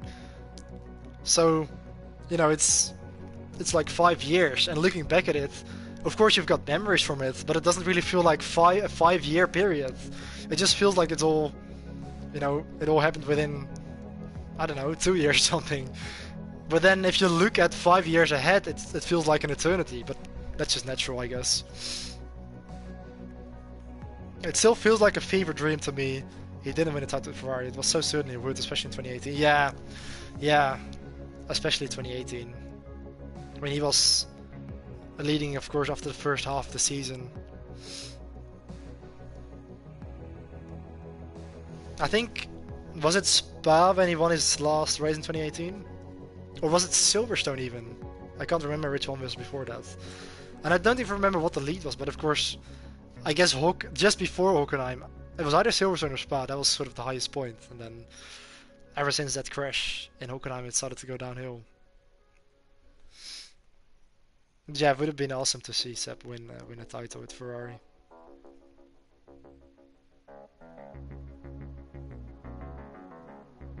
Yeah, school feels like yesterday. Yeah, it really does, to be honest. Like talking about high school. Yeah, Spa after. Oh, it was after Hockenheim, yeah. So he still won Spa after Hockenheim. Yeah.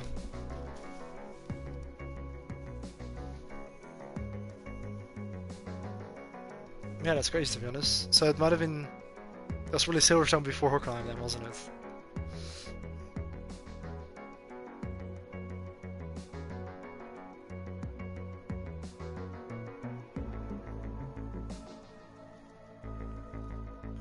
Hockenheim crash broke him, or yeah, it probably did. Because I even remember your reaction, I think, like in the hangouts back then.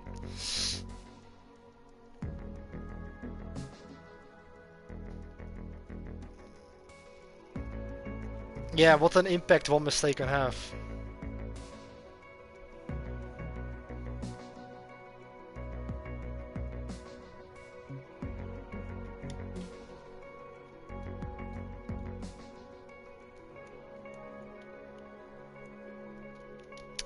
Yeah, all history now. And it's his home track, like. Yeah, he comes from a couple kilometers away from the track, and it never won there. Yeah, that's so heartbreaking. And you could hear it, of course. You could hear it in his voice. Yeah, that was absolutely heartbreaking.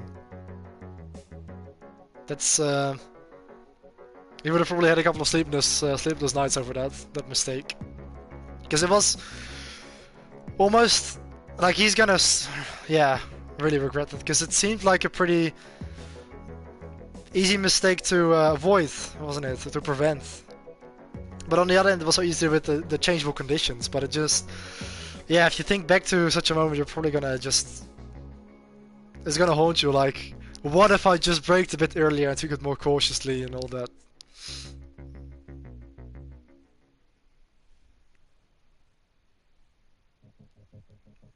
But yeah, that probably influenced a lot of stuff later on. Because of course, if you just add those 25 points, it wouldn't have made a difference. But when something happens that always, I believe that of course always influences the rest. You can't just change something in history and expect all the other races to have folded out the same way. I think, of course, if doesn't exist, but even if it would, it's impossible to know because every event that happens influences the course of history, let's say. You can't like change one element and expect everything else to have happened in the same way. Yeah, lack of concentration probably.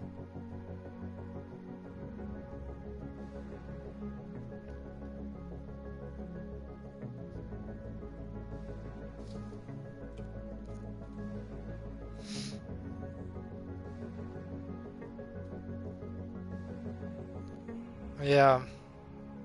Yeah, it's very interesting to think about. It may be something you shouldn't think about too much, but yeah, it's the butterfly effect, of course, isn't it? The effect of one decision or one moment or one event that occurs. It's yeah, it sort of changes the path forever. And of course it happens with small things, but yeah, there's also times in your life even where you have to make a decision and you sort of have to choose whether to go left or right, or you make a decision to work somewhere or to live somewhere or whatever, and you know, even decisions you make or people you meet or whatever, it all you know, influences your life and the course of your life. I mean, some decisions only have a very, very, very small influence on it, but yeah, some decisions are, you know, have completely can change your life, you know. I mean, even maybe it feels weird to think about it now, but even the person you're gonna end up with as your partner, you know, I always find it weird to think about that because that is such a big effect on your life. Because literally, the person you're gonna be with, that's like gonna pretty much decide your life for a very big part. It's gonna decide where you're gonna live, probably. It's gonna decide in what house you're gonna live, what kind of course, yeah. It's sometimes it can maybe even decide what kind of work you're gonna do or where you're gonna work. If you decide to live somewhere with a person, it's gonna decide maybe what kind of well, if you're gonna get kids in the future, it's gonna completely, of course, decide that as well. It's a very that's getting very far ahead, of course, but it's kind of weird to think about that. It literally, yeah, that your life is sort of created that way.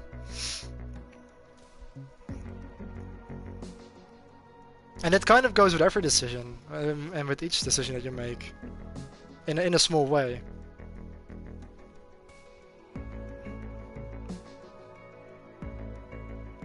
If some London taxi driver didn't have a bad temper, we might not know who Michael Schumacher... Exactly, exactly. Kimi Räikkönen could have been a 4-time champion. Ferrari could have been without a champion for 40 years. Maybe I'd have won, but yeah, I agree. But yeah, butterfly effect is fascinating. Yeah, it's definitely fascinating.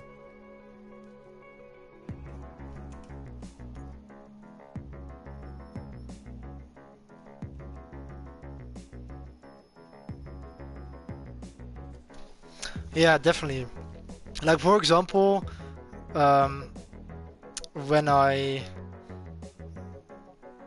went to Berlin for my internship, I was actually considering to actually stay there after my time would have ended there after 6 months, and to just maybe even continue to work there and to live there somewhere in Berlin. I was even discussing with it with my dad as well, but of course the outbreak of the coronavirus happened, and that forced everyone to go back, of course. And I've got no idea. Maybe if that wouldn't have happened, maybe I would have returned as well after 6 months. But maybe I wouldn't have, of course. And something like that completely changed your life. If I would have stayed there, maybe I would have stayed, you know, in my position there working in the hotel, maybe I would have rented a room somewhere there. I don't know, but I was considering that.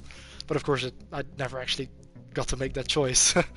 Or, well, of course, even going to a certain school, it makes you meet people you otherwise wouldn't have met. But of course, otherwise you would have gone to a different school and met other people, or to a different workplace, or to a different position altogether. If I wouldn't have got fired from Schiphol, I would have probably never gone to Race Planet. Wouldn't have met all of those people that I met there. We've now got, very nice friendships with, like with Eric, for example, Boor, Roderick, just to name a few.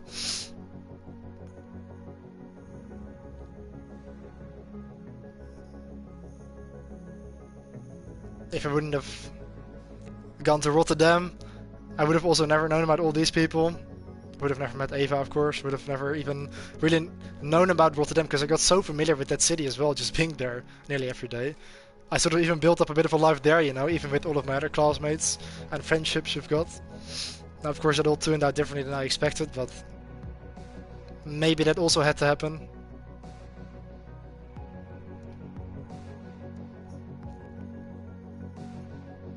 Yeah, maybe it had to happen.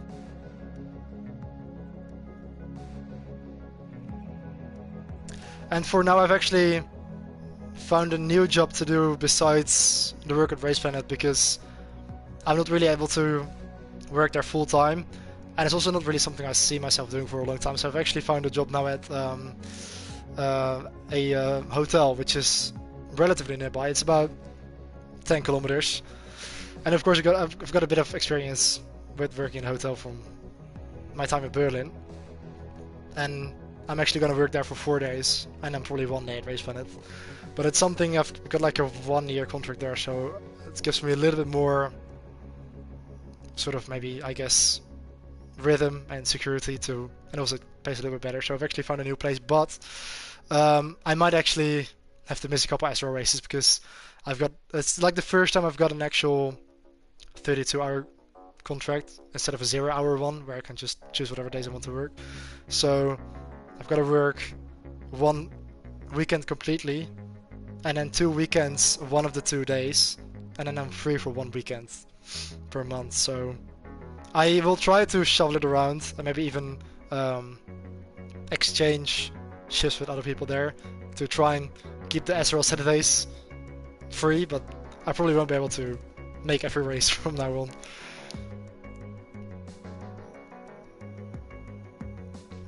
But yeah, considering, of course, I've quit at school now. I've found that place now for the time being. It's called Van der Valk. It's like one of the bigger hotel companies in the Netherlands. It's like one family. We've got hotels all over the country. But yeah, at least it's a little bit better than Race Planet for now. But I'm still very uncertain, to be honest, what to do, because of course I was sort of forced out of the rest of the school year, and of course I could apply again for the new school year, but it's now that I've had that setback, I'm starting to sort of question whether it's worth it, because I'm gonna have to commit myself to that again, and it's gonna take a lot of time and effort, time that I can't work, of course, time that and of course also the fees I need to pay for applying for school again. It's quite a bit of money and time and effort, and I'm starting to question. In the beginning I was like convinced, like, I'm gonna finish this and sign up again, but well, especially when I didn't know about the fact that I couldn't finish the school year. But now that I know that I can't do anything for the rest of this year, it's just putting me further and further and further back, because I'm just missing out on everything until the end of June, and then I can just start again with the new school year. But I just don't really know if it's worth it. I really don't know. I don't know what the right decision is now. Should I just commit myself to just working full time from now on? Should I, yeah, commit myself to school again, even though I'm not really sure if it's gonna be something I'm gonna work in. Like, I don't know if I'm gonna work in as a marketer or as a graphics designer or as a content creator for a company or a social media manager or an event manager, something like that. Yeah, I really hesitate about what the right thing is to do, to be honest. But the more and more time I spend away from school now, the more I'm maybe sort of starting to lean towards just working. If it works out now in the Van der Valk Hotel, and if I can get through my first month without issues, and if I enjoy it and get a a 1-year contract, my race funded contract is going to run out in November because I will have worked for 3 years there, and I think after 3 years they sort of have to give you like an actual contract instead of a 1-year one. I don't know what you call it, but am I gonna accept that and just stay there for just sort of part-time and then also stay? I don't know. Maybe I'm just gonna sort of call it today at RECentral after the 3 years and maybe commit myself to something else, like working in the hotel. We'll see how it goes, but it's a lot to think about, to be honest. Thanks, man. Sucks with the SRO races, though. I think as long as it's not your dream job, I couldn't take a weekend job. I'd never be happy. Yeah, I can understand that. You told me about the hotel group when we drove to your place from Austria. Oh yeah, I told you about it, right? Yeah, it's all with the bird logo. Yeah, of course. That's a coincidence. Yeah, I did tell you about that. It is with the bird logo. Yeah, because Van der Valk means... What is the English word for that? It's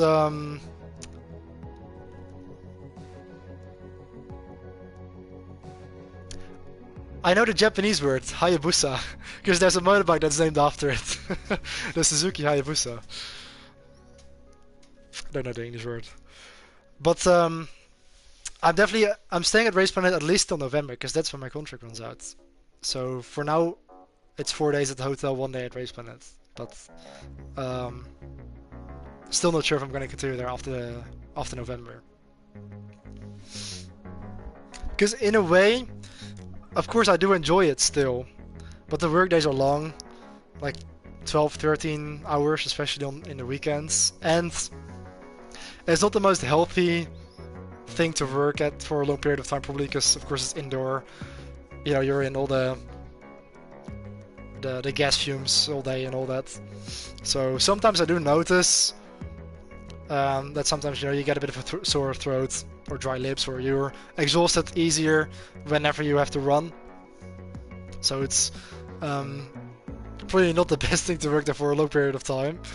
And also, yeah, maybe it's time to just commit myself to something new and take a different step.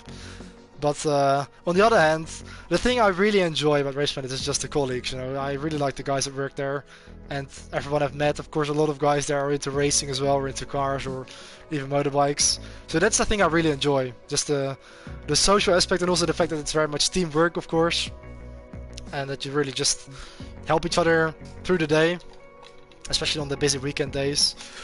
And it's very much a bit of a family company, even with the Blekemolen family, and even having sort of these events sometimes outside of work, having those things that they organize, and even the NASCAR round at Zolder as well each year, and also even the fact that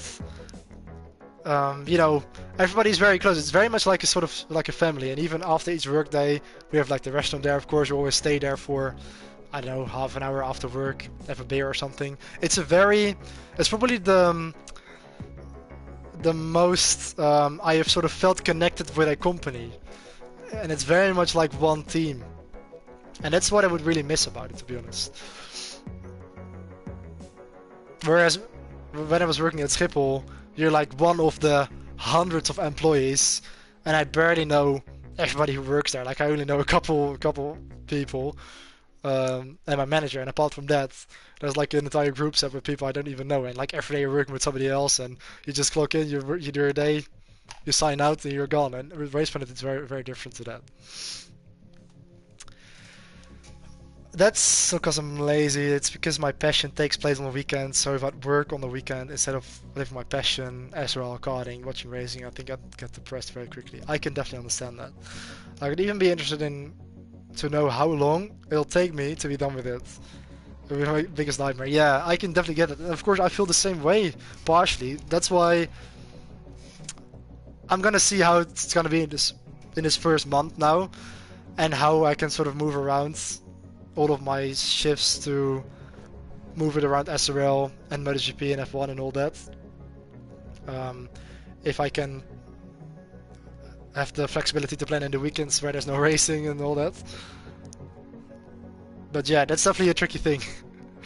And especially going into the future, if I would actually seriously have a full-time job somewhere, when you're at the point of your life where you start moving out and you need to have a secure place somewhere in a company and work full-time, then I would definitely really want to have a position where I can work during the weekdays and have the weekends off, definitely.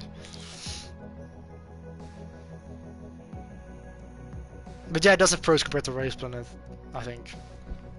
Yeah, especially concerning your health.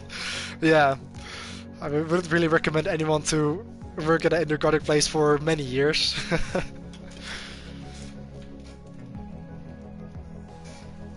And also, it's not going electric anytime soon because of the electricity net in Amsterdam. It's not ready for that yet.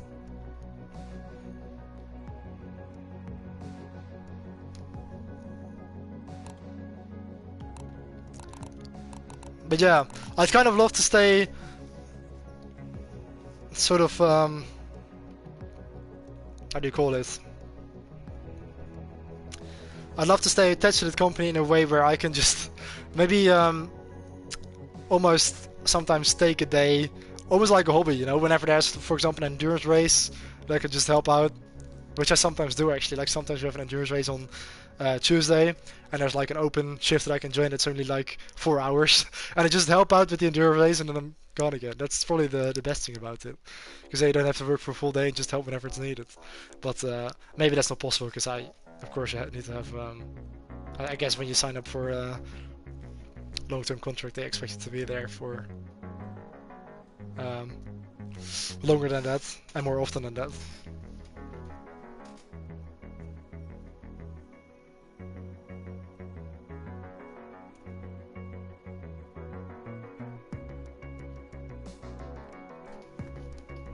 But yeah, I'm also surprised that even after 2.5 years, I've never injured myself on the track. Because the amount of close calls I've had while being on the track and almost getting struck is incredible. Like, sometimes I honestly wish I had like a body cam or something to actually record what I witnessed there. It's unbelievable, but it's always gone right actually, and it goes for a lot of us. There's a few of us that have had a couple of like light injuries or something, but it's nothing too serious. But yeah, kind of impressed. I've always jumped away in time.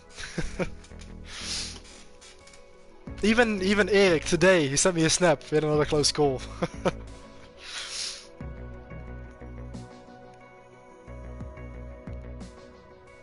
And there's like, we've got cameras, of course. There's like footage of some of us getting completely smashed into.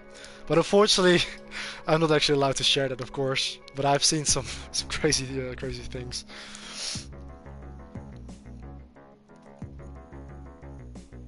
Yeah, especially always in the like around January and the start of February, in the lead up to of course when we always go on the skiing holiday. I was always extra careful. I was like, if I injure myself anywhere else, of course it's gonna suck, but it's not that bad. But I really didn't want to get anything before going on skiing holiday, of course, because that's, well, one of the highlights of the year, of course, always for me. But I always went well. So the reflexes are still on point, I guess. Or just a bit of luck as well. But yeah, I have actually recorded some bits from a couple days there. I could maybe, well, of course the main priority is finishing off the vlogs from Spa and Austria, but maybe after that you can make a day in the life, a day in the work, a day in the work day, I guess. video.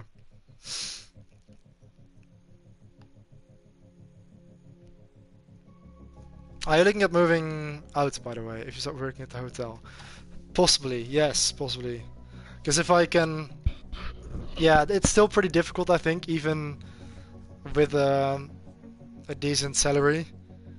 And I don't know if it's enough to do so. Maybe if I would really want it, then maybe there's a possibility. But yeah, I don't know yet. Maybe. Because yeah, it is of course getting towards that phase, isn't it? But yeah, it's pretty hard actually, because there's a bit of a shortage on rooms and apartments and all that. So yeah, that of course makes it very expensive and difficult to find one. And even if you do find one, it's hard to actually get it for a decent monthly price. But yeah, I mean, maybe it's in the realms of possibilities.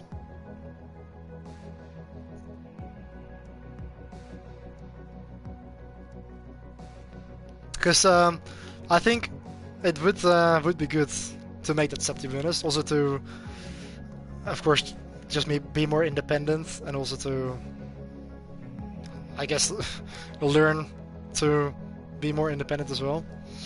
And I sort of got to experience what it was like, to a degree, of course, when I was living in the hotel, when I had a room for myself. I initially had a roommate, but we asked if we could have a room for ourselves separately, and that was possible. So I was alone for that, well, sort of 1.5 month period, or about 2 months. Can't remember exactly. Roughly 2 months, from start of January till start of March. But that was, I kind of had the freedom of living on my own, but also the luxury of living in a hotel, of course. So I didn't have to cook my dinner and all that. I didn't have to wash my clothes. I didn't really have those responsibilities, but I did have the freedom, so I loved it. I really loved just being alone, and it felt so free, honestly. Like just having room for yourself, but also just being able to just go anywhere without anybody wondering where you are. Being able to just get home late or stay up late and do whatever the hell you want, without somebody telling you what to do. There's just no pressure, nobody who's trying to steer you, and I really enjoyed that. And I was able to just always eat at the hotel 6 days a week, apart from Sunday, because that's when the kitchen was closed. And then I just always went out to a restaurant somewhere, and it was just a different. Sometimes I just started walking, and I just didn't know where to go and just ended up somewhere and had dinner there, you know? Or I just went with some of the other guys that were Dutch as well from my school, and we went to a restaurant or a pizzeria or something like that. But yeah, it was a nice time, to be honest. But especially the freedom. To be honest, I actually prefer being alone often, and just waking up, going outside, and just going somewhere and not knowing where, and just seeing where you're gonna end up.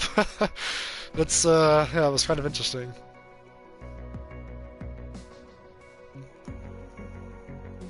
That's what's really bothering me. I can't believe I went through a 3-year trainee stage in a decent job just to end up with a salary that I can't even move out with.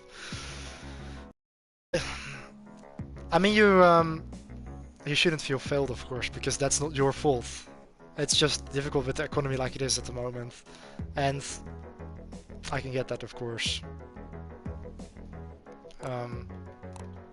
It's just hard at this moment in time, really.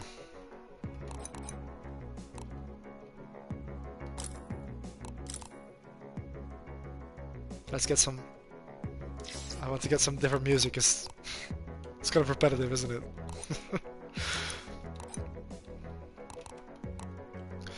But yeah, I can understand that feeling.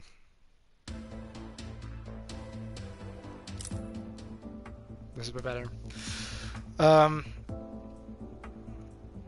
I thought that I'd be able to move out and even save some money every month to go racing with with it at some point, but nope. I really feel like I need to move out to be able to be on my own. Yeah, I can really understand that feeling, of course, and that's like I said, don't feel failed because you can't, because there are a lot of people that are sort of in that same boat who are similar to your age or even my age or even older. Of course, I'm even older than you as well. And I mean, you're still young. I think the average age of people moving out, especially nowadays, is relatively high actually. Like, I know a lot of people that are like 24, 25 and still live at home as well, so it's nothing to be ashamed of. Especially if, you know, you're working, and especially now, well, I think you're doing, like, you did the trainee combined with the working, and now you have your actual full-time contract, didn't you? And I mean, it's not yeah, I mean, it's not your fault for not having the salary or opportunity to find an apartment that's suitable for you at this moment in time, you know?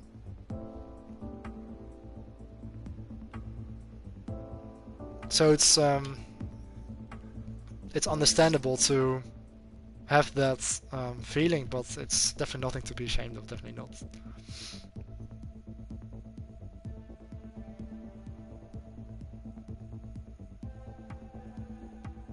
Because there's just so many people around your age that are in that same situation. That's, yeah, there's no question about that. And but I can definitely understand it, because yeah, I felt like that for a while as well, to be honest. Because when I was younger than 18, before I was 18, you know, sort of, I was always told that I was gonna have more freedom whenever I was 18, because you're sort of an adult from that age onwards, like officially, but things didn't really change, to be honest, like I expected when I was 18. And then it sort of changed from things will be, you will have more freedom when you're 18, to you're gonna have more freedom once you live on your own, you know, and you sort of have that thing like, okay, as long as you live here, I decide the rules, is sort of what I heard. And when you're like 19, 20, 21, that's sort of starting to bug you a little bit. And yeah, that really makes you move out even more, to be honest. And I've even considered living with my dad, because especially when I went to Rotterdam, my dad actually lives closer to that, in The Hague. But he lives in a much smaller house, and there isn't really room to actually have a separate space there. And also, well, my dad's girlfriend lives somewhere else, and that also makes it a little bit more complicated, I guess. And also there, well, I can't imagine living with her, to be honest, so I would have to live with my father, but that's... I never really saw that as a realistic thing, to be honest. But my father did say that he, you know, that he's like the kindest person I can imagine, like he would always be open for that. But also because my mother can sometimes be very difficult to live with, to be honest. Not only for me, but also even my grandmother, her mother, feels the same way. That, yeah, for some reason, it probably also doesn't help that she's alone, and really always has been, to be honest, because she was also never really together with my father. Like, she never lived together with anyone, and yeah, of course I would. This is something that is getting very personal. I often wonder about this. Like, I really wonder if my mother will actually find someone to live together with and to love, you know, because I would really want that, because, you know, she deserves it, you know. But on the other hand, she is so used to being on her own, I guess, and also so you know, difficult in her personality sometimes, with, you know, outbursts that she can have, and, you know, she's not an easy person, and I think that's sort of maybe why she can't really live together. And maybe doesn't want to. I don't know. She doesn't open up about that. I can never really ask anything about that. But I think that really makes me want to move out, because, yeah, it's just not always easy. And also, she wants me to move out. which also doesn't really make it that much easier. But it always changes. Like whenever we have a fight, of course she wants me gone, and then the next day it's usually good again, you know, and things are completely different. So I don't really know if she means it or not. I really don't know. Because oh yeah, getting even more personal now. I mean, I'm still streaming, but you're the only one watching, I think. Like, my mother has a bit of a personality, like a bit of a behavior disorder. Like, usually she's fine, but whenever she has like an outburst, it's pretty extreme. And she can often take things the wrong way. Like, my grandmother notices the same thing. Like, she can completely turn around something in her head, or things that have been said, she just interprets it completely differently and completely in the wrong way, and then remembers that, and then blames other people for that. But she doesn't see... She can't really look at things objectively sometimes, and that's what makes it very hard. And if somebody doesn't really see that from themselves, then that kind of makes it even harder. And that makes it hard to judge even what somebody's thinking, because it can just change every day. And with emotion as well. But I saw it, of course I got introduced into a very different family when I was together with Eva, and her sister has the same thing. She's actually diagnosed with a like borderline behavior disorder, and I really recognize my mother in her sister. Like, it's almost the exact same thing, like the way she reacted to things, the way she took things the wrong way or took things personally and had this outburst. Like, it was like, that's when I sort of realized that my mother probably has the same thing. She's never been diagnosed or anything, but then I started talking about it with my grandmother, and she kind of agreed to it. And yeah, that's difficult, even for herself as well. Maybe even mainly. And then my dad is the complete opposite. Like, my dad is the most relaxed person you could meet, probably. I guess I'm definitely a lot more similar to my dad in that way, in terms of like our character is very similar. Like, he's always just relaxed and respectful and understandable. And, or understanding is the right word. And my dad and I often have the same opinion on things, whereas my mother and I pretty much have a different opinion on everything all the time. Literally. It's just my mother and my father are like night and day. It's literally the complete opposite personality, and I am much more like my father in that way, and I'm glad I am, actually, because it's, yeah, not easy having such high emotions.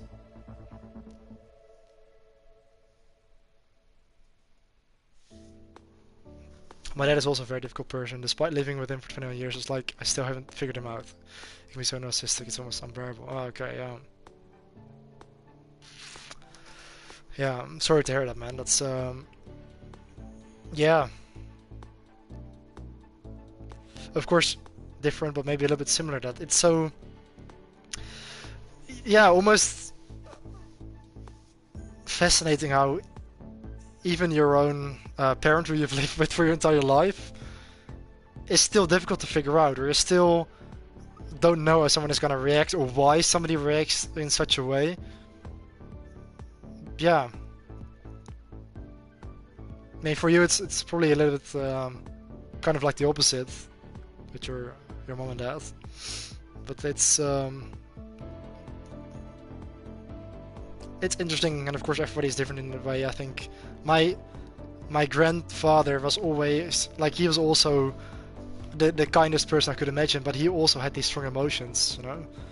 He could also have these massive outbursts about things that, you know, often you don't even know why, you don't even know what the cause of it is, or, you know, it can be something as little as something wrong that has been accidentally been said, or, you know, something like that. But I guess someone like you and me can't really imagine not being able to control your emotion, you know?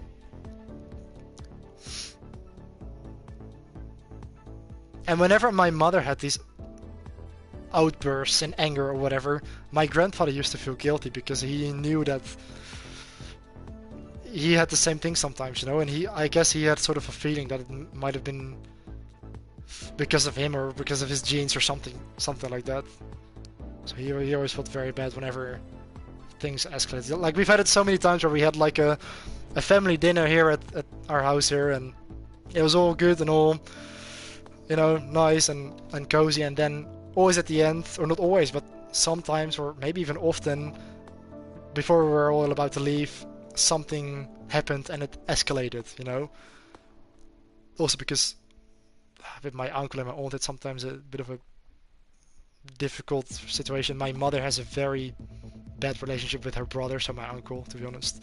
So that sometimes made things escalate, and then it sort of gets worse and worse and worse because, you know, you have one outburst, and for example my mother and then my grandfather, and it's sort of, and then it always ended in a very extreme and emotional way, which was always such a shame because it's so not necessary.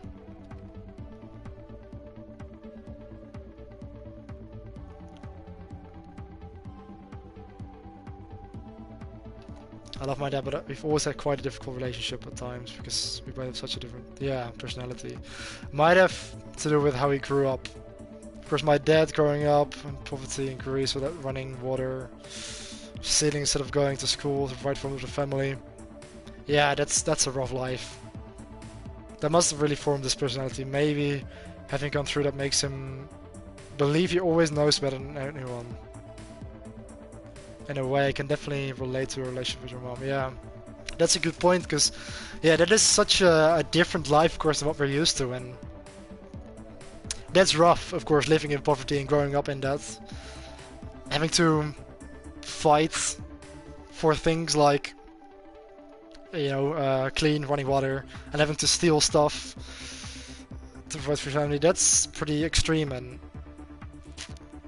maybe that, yeah, that probably does form you. I think always sort of your personality is partially experience and the way you've been brought up, your environment, and of course it's always partially going to be your genes as well. I think it's also just your personality that you're born with, but it could definitely be affected by things you've witnessed or the way you've been brought up, the world you grew up in. You know, the norms and worths that you've learned from your parents.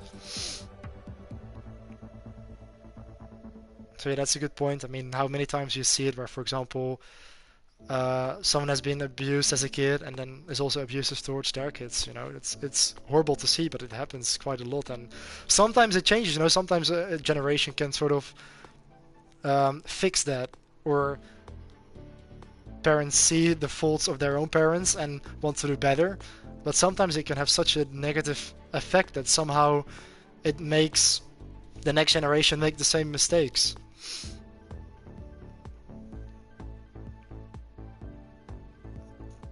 But yeah, I think my father can also always empathize with me because of course he knows what my mother is like, and also he didn't really have parents that were that good to him. And he had quite a difficult youth, to be honest. He grew up in Essen, very close to the track, in Drenthe. You know, having to work on the farm, but also his parents were very sort of strict and a bit weird that they sort of wanted him to be as normal as possible, and they despised everything that he sort of wanted to do. Like, maybe a little bit similar to you as well, that his parents just completely didn't support his passions. He wasn't allowed to listen to the music he wanted, he wasn't allowed to play guitar, he wasn't allowed to have a motorbike later on, you know, all these kind of things. It was, you know, as bad to the point where he got into motorbikes and all that, and he wasn't even allowed to show up to his dad on his bike. Like, his dad wouldn't open the door for him. That's how bad it was. Because they were sort of afraid, I guess, that he was gonna be like a hippie or something, or that he was gonna go all crazy and separate himself. But that's really, you know, sort of made him, I guess, being prevented from doing the things that you do makes you want to do it even more. And I guess that's why he sort of, well, once he did get older, he sort of lost himself a little bit and went a little bit too crazy. Started living in what's it called? What Croatia is now. Of course, it used to be. Is it called Yugoslavia? It's Yugoslavia in Dutch. It's what, like, of course, then the war came, and that's actually, he lived there for a long time, but he had to leave when the whole Balkan War started to form, and that's of course how you now have Croatia. But on the Croatian part, he actually lived there in Yugoslavia.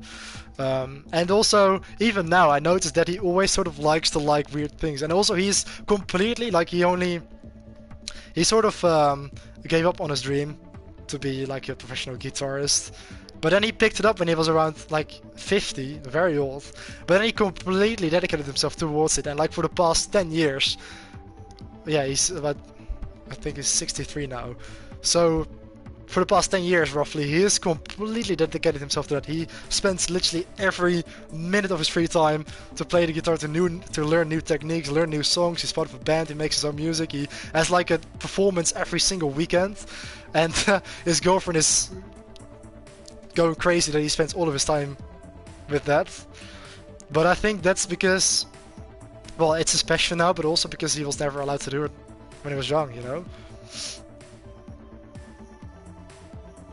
But that's also why my father can really sympathize with me whenever, you know, of course he knows as well about my passion for racing and about how my environment and my mother is always trying to sort of slow it down and prevent me from spending time with it, preventing me from even getting into riding as well, or getting my license, or even getting my racing license.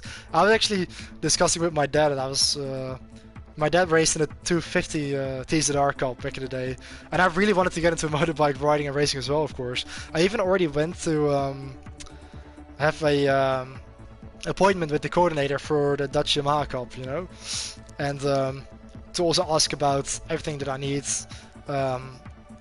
how to make an appointment to get the license and to do the testing and to get the leathers and the helmet and the bike and race trim and how much it was going to cost and all that. And I was really sort of considering that with my dad, but then of course I didn't get the approval from my mother, who wanted me to continue studying, which I ended up doing.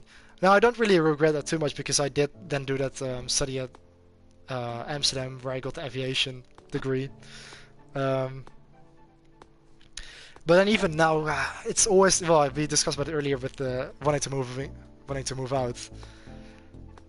Still, I always feel like my mother and my grandmother, for example, just don't really want me to spend time doing these things. You know, even live streaming, SRL racing, watching all the racing.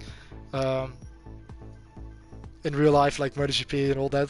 Even today, I was watching the practice sessions in Austin, and my grandma was like, "Why do you spend so much time with this? You don't learn anything from it.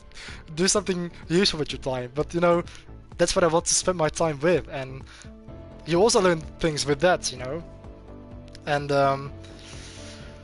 yeah, they sort of think that I'm sort of sacrificing too much time into that, but I don't agree with that. Especially if I want to try and push for making that into my job, which is still very visual thinking, of course, but of course it's still the dream to actually do something involving motorsports. And of course the main dream is to do commentary, but that's still very far away. But yeah, it's always like, I think especially people like my mother, who don't really have a passion, find it hard to understand why you want to spend so much time with it. And of course you've got the similar thing with your parents as well, who sometimes struggle to understand it.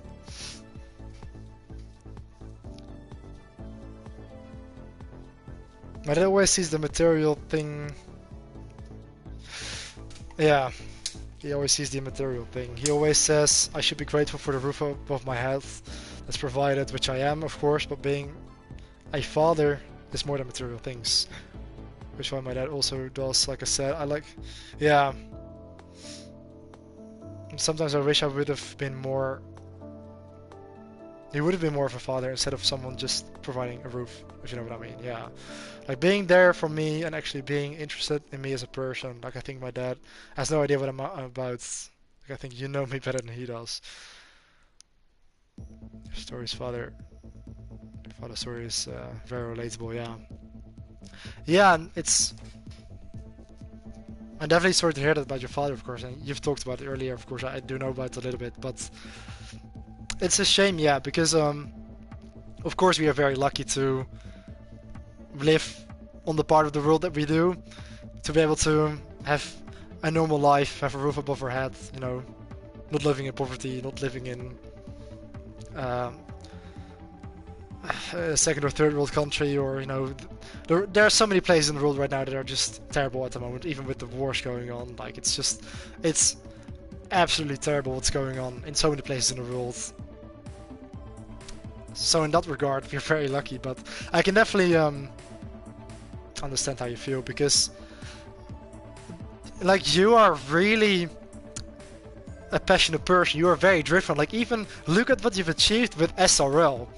Like what started out as just a bit of a league with a couple of guys on F1 2014, just wanting to have a couple of clean races instead of the open lobbies. You know how it started that small and grew out to be what it is now. I mean, look at what you've created. It's very impressive, you know, having such a league that, you know, looks so professional with, you know, even the sort of product you've made from it on YouTube with the way the races are covered on Instagram. You know, you put so much effort into that, and I can get that it's frustrating when you don't really get the recognition, right? From, you know, your parents who don't really care about what you do probably in terms of that. Or even with the karting, you know, you're racing in the Saudi series now. It's great to see what you're doing, and I can definitely you get what you mean with that. Your parents struggle to maybe see that and maybe recognize you for that.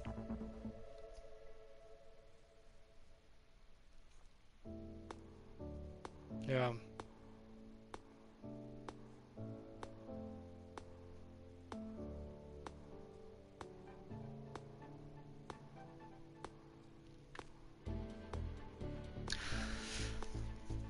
And I think that's the thing as well, which my father also has, also because of his upbringing, but definitely goes for me as well, that if I would ever have a kid in the future, I can't imagine it now, but if I do, then I'm sure that I'll always try to support whatever interest he or her has, you know, or he or she has. I think that's one of the most important things, to be honest. Just supporting whatever someone is passionate about, because that's how you also are able to, you know, get good at something or extinguish yourself with something. If, you know, it doesn't really matter what it is, whether it's racing or a different kind of sports, or drawing, or playing an instrument, or the universe, the sea, mushrooms, the forest, I don't know what. But it doesn't matter what it is. Like, as long as you're passionate about something, that's the main thing, in my opinion.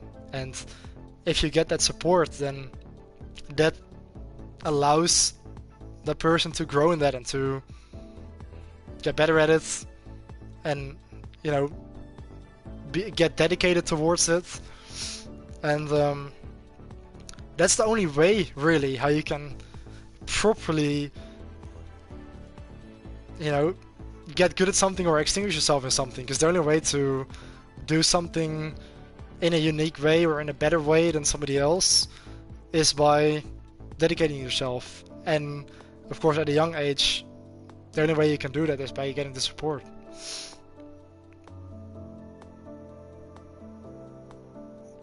I have to say now, I'm incredibly pleased with what SRL's turned out to be. Like, I really see this as my biggest life achievement so far. I'm really, really happy and grateful for the time we've had.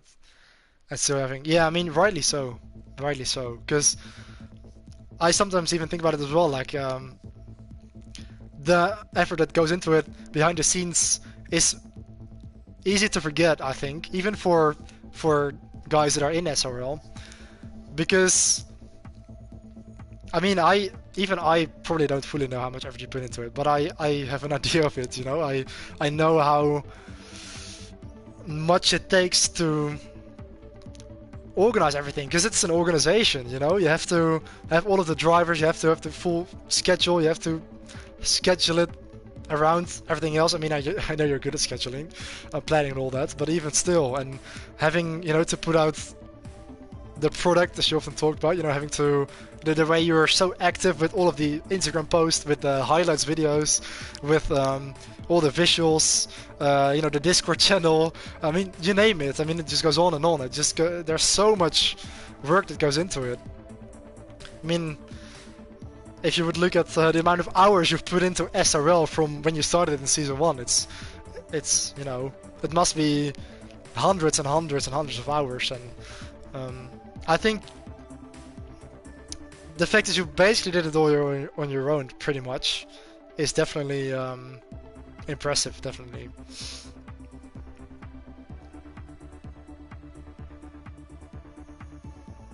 And yeah, rightly so that you see it as a big life achievement, because it's such a big project, you know. You started it so many years ago, it's still running, it's still active, there are active drivers, loyal drivers as well. I think lots of leagues that exist nowadays haven't existed for anywhere nearly as long as SRL.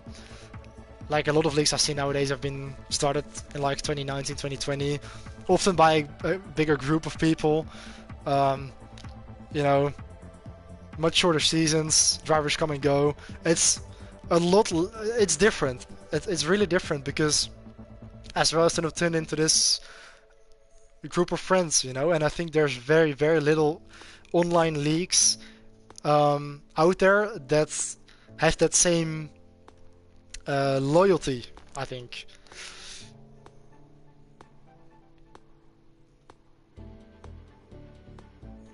So it's definitely unique. It's definitely unique in that way. And I mean, I can't imagine running a league like that, because I had a very brief period where I sort of set up my own league, but it was of course nowhere near the level of SRL in terms of organization. Of course, it was, I called it AVR back then, and I even ran it with a different guy, Julian. And you know, we had a season left on 2017. I can't even remember how many drivers we had, but not that many. We did have a couple of drivers who ended up going to F1 Esports, like Tino Naukrinen, but it was also down to Julian mainly. And then I only ran it for one season, and then Julian sort of took it over. It still exists actually on the name of VOR, Flossola Racing. They still run races on iRacing, because Julian now runs it. They have like an IndyCar league on iRacing. But you know, I did that for one season, and I didn't do much more than just making the calendar and searching for a couple of drivers, and that's it. You know, it was very, very little effort. So I can imagine what goes into Wrestle, but I can't relate to it. Let's put it like that.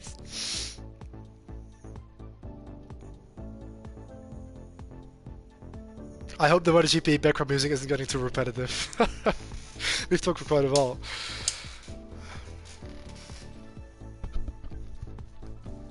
I hope you don't mind being a streamer. Of course, I could just cut out the final bit if you want to, of course, if there's anything too personal. But the girl I'm talking to is really passionate about musicals and singing. Oh, nice. And she really wants to make it to the big stage. Good to hear. And that makes her also understand me. Yeah. That's the thing, isn't it? If somebody else is passionate about whatever, then they can already, you know, empathize with you when you're passionate about something. Because it's the same thing, but it's a different thing. But it's, yeah. It's the same idea. It's the same feeling, I guess.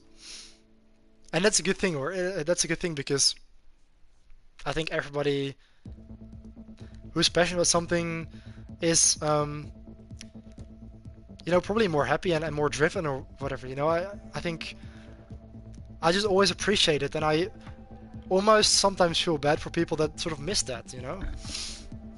but also because we can't imagine it. We can't imagine not having something to do in our free time. But that's the case for some people. Like some people, even from our age, they just don't have any hobbies or don't really know what to do in their free time or what they want. You know, they spend their free time scrolling through TikTok or playing video games, not because they want to, but just because they're trying to get through the days. Or even some people at my work, they say that they want to work because otherwise they get bored, and they're always bored whenever they're at home. And I can't imagine that, because you know we've got so many things to do, and yeah, to spend our free time with. Like even if I wouldn't work, even if I take vacation for like a month now, there's not gonna be a single day where I would be bored or wouldn't know what to do.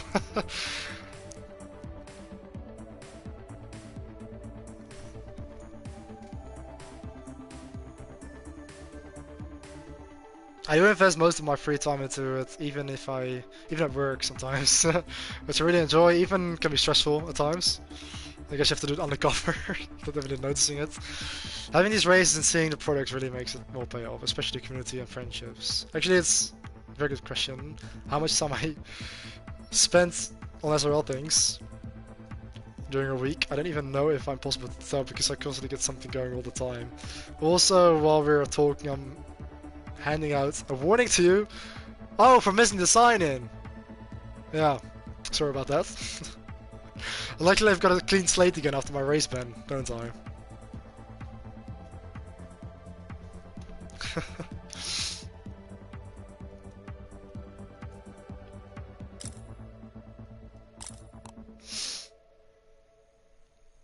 But yeah, maybe you can try and keep track of it for a week.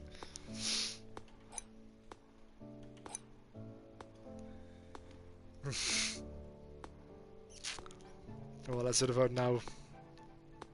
Even though I've got a warning already. Erik is tentative. Oh, it's his birthday actually. We can congratulate him now. Has anybody in the Race Planet group already? Nobody is actually. Wow. I'm gonna go into the Race Planet family groups app. I forgot a photo. Yeah, definitely. Right. Let me see.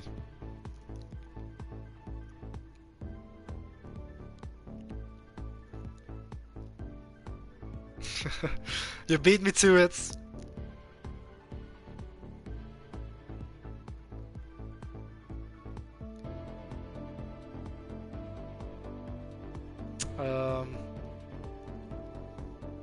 Maybe I need to look into my B-Reels.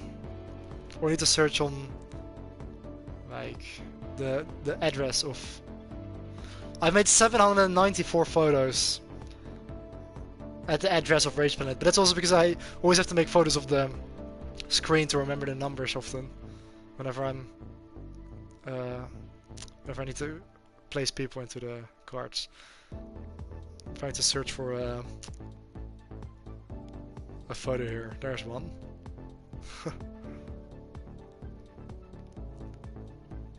Even got a photo of Eric in an old Formula Ford car. Or a Formula Renault, sorry. Formula Renault 1600.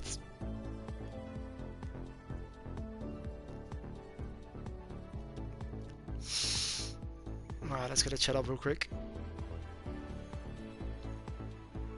Got another race ban. The deadline was 1. How unfortunate.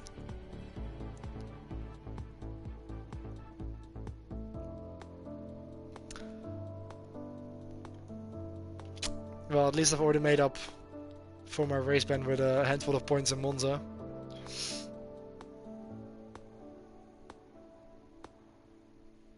Even Snapchat.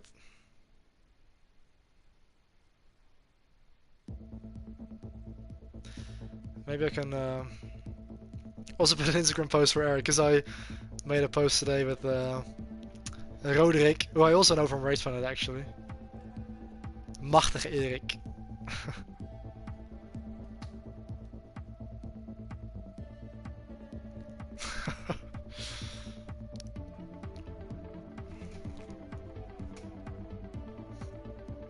Fuck, my volume button doesn't work Sometimes there's like a glitch where it doesn't take the photo. Okay, I'm gonna have to do it. Wait. It's embarrassing. Where's the SRO group chat? There we go. It still doesn't work. Why doesn't the volume button work? I can't do it with... Oh, then without the hand gesture though. Right, like this. Yeah, that's better.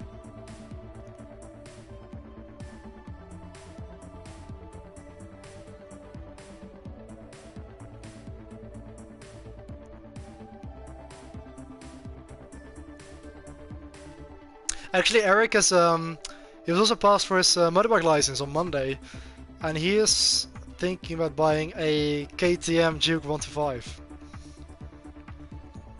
Of course, since he is still 18, he's limited to the A1 license and can only ride a 125 for now, which is pretty slow, but he was thinking about getting a KTM. So I was actually considering, unfortunately I don't get to work with Eric this weekend, but I was considering maybe buying him Ride 4, because of course I really like that game, and also considering he's gonna be a rider now, in my opinion. If you have a road bike, you should have Ride 4, considering it's for the road bikes. But honestly, Ride 4 is, in my opinion, such a good game, and also the handling in that game is probably my favorite out of all the motorbike games I've played, and also better than Ride 5. But yeah, I'm kind of addicted to it, considering I've got like 800 hours, yeah, 830 hours in it, and about 230 episodes of career mode.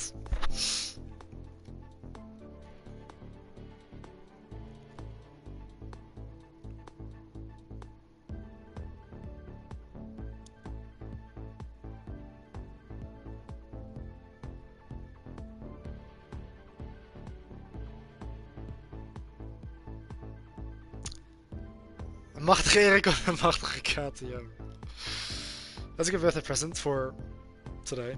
Yeah, but I don't think he didn't invite me to his birthday party, so I don't know if he's yeah, that's my excuse. Maybe I'll give it subsequently later on. Next time I see him at RECentral or something. Big F. I don't know if he's really celebrating it, maybe just with family or something.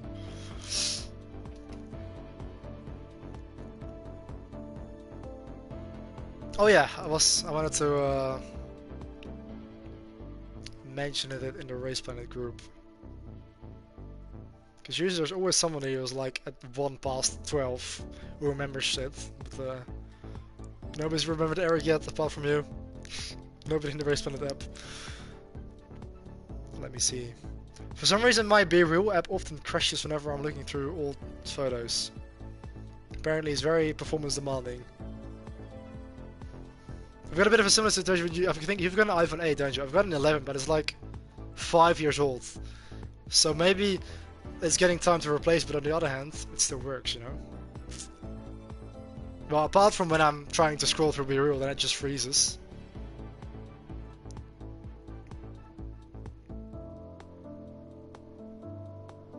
Gotta say, this music is actually pretty relaxing.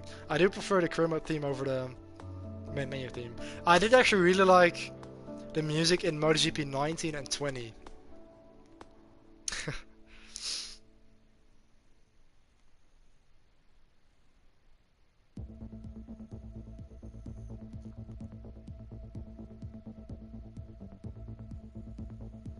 You got out-friend-zoned by Algoritma. I've upgraded in December for an iPhone. Oh, oh, nice. For an iPhone 14. Sounds good. To be honest, I'd probably get that one as well if I would buy a new one right now. But I can say from experience, the real app really isn't optimized for older generation phones. Yeah, it literally crashes every time I scroll too far or freezes. I think it's better whenever I scroll slowly like I'm doing now, so it can keep up.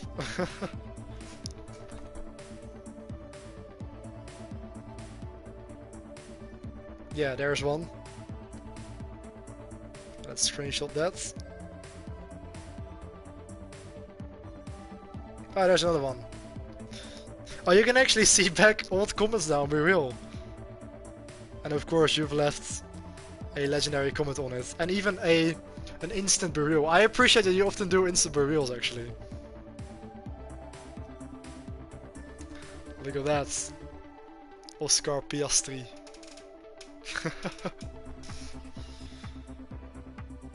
By the way, once you made an instant burial together with a girl.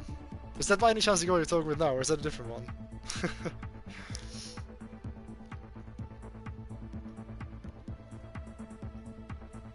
Maybe I can find that one too.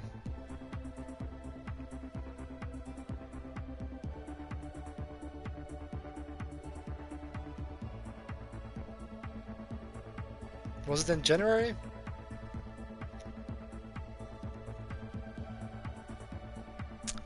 Freezes again.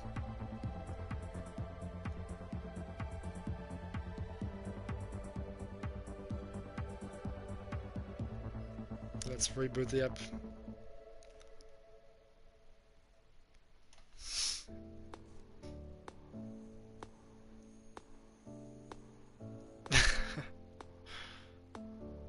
Isabel's ready to go.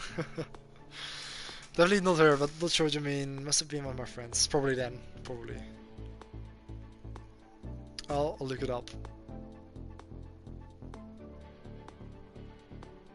No, it wasn't then. When was it?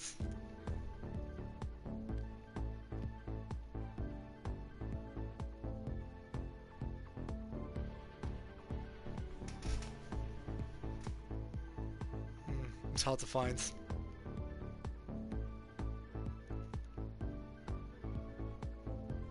Especially when it doesn't load.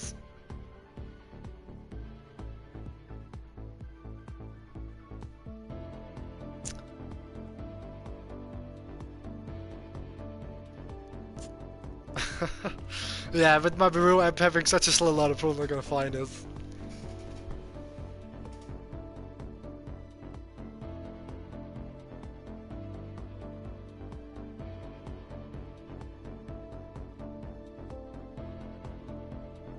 Because I can't actually scroll through it. Then it just repeats the same photo again. Weirdly. I found it. It was on the 24th of March. No, that's a lie. I already lost it. It was... I literally clicked on it and clicked it away. Oh, the 16th of March. It was her. Let's set the brightness up a bit. Let's set the brightness a bit down. Can't find the sweet spot. There you go.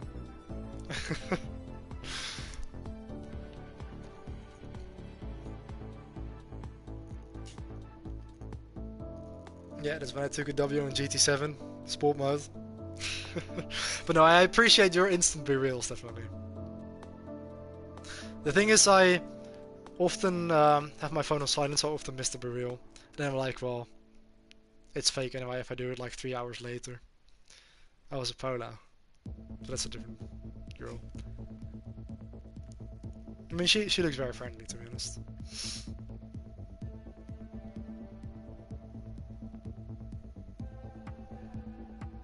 So who are you talking with now? Or do you not want to mention it? Which I could understand, of course. And how did you know her, actually? The girl that you're talking with now. Like, do you know her from work? Or where you had your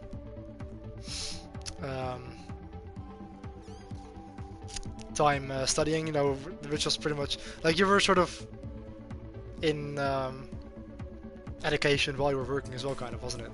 Like, it was the same place. Or was it? Or just a friend from a friend. Or something like that.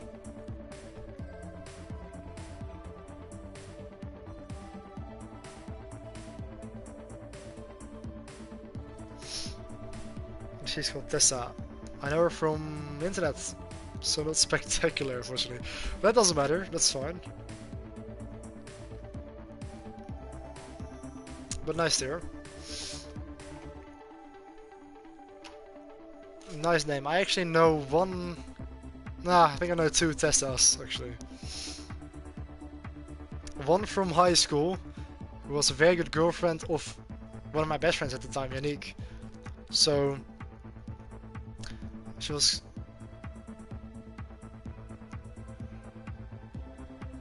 I think Tessa de Boer was what she was called. I had like quite a bit of a friendship, but I don't have contact with her anymore. Just in the texting stage right now, trying to go on date maybe, and she definitely seems to like me. Nice, nice, good to hear.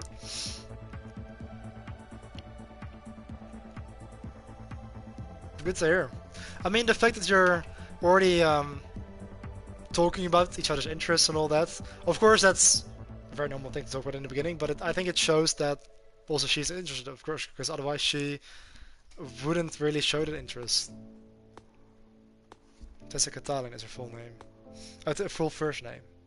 That sounds kind of cool, yeah.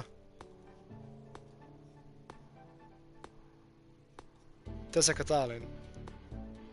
Or Tessa Catalin, I guess. Yeah, that sounds nice. Sounds nice. It's funny how, like, a lot of couples I know, especially of course older people and like friends from my parents or from my grandparents, at some point the name of a couple just becomes one name. Like two names just become so... You just become so used to hearing the two names always together.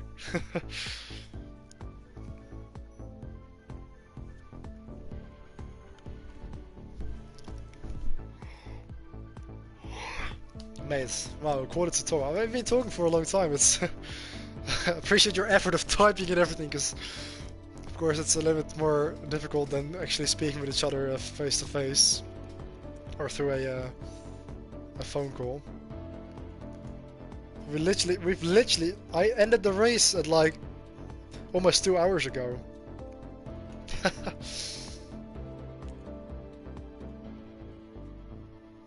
But appreciate you sticking around, of course.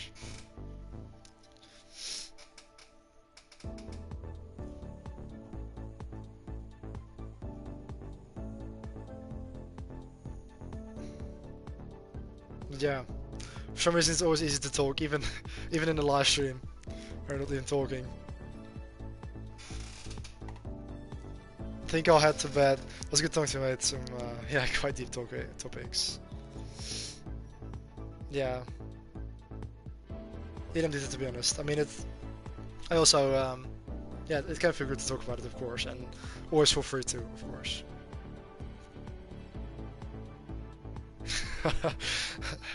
That's a bad. That's a Dutch word for bath. Yeah, but I also appreciate it, of course, and thanks for watching the stream, of course, initially, and for sticking around. And yeah, it was nice to talk about those things, and good to hear you're maybe getting to a nice stage with Tessa as well. And who knows, maybe it would be good. Let me know if you get to meet her or go on a date or something, and how it goes. And yeah, I'm gonna do the same thing. So I guess I'll speak with you tomorrow, of course, with Las Vegas. Still need to do some running, because I'm still pretty unfamiliar with that track. But yeah, let's see how that race will play out tomorrow. So thanks for watching, of course. Thanks for the conversation, even though it wasn't much of a conversation, I think, too. I guess it still is, typing and speaking. But yeah, see you tomorrow at the Las Vegas round for SRL, and yeah, have a good night. So again, thanks for checking around, and see you tomorrow. Good night, mate.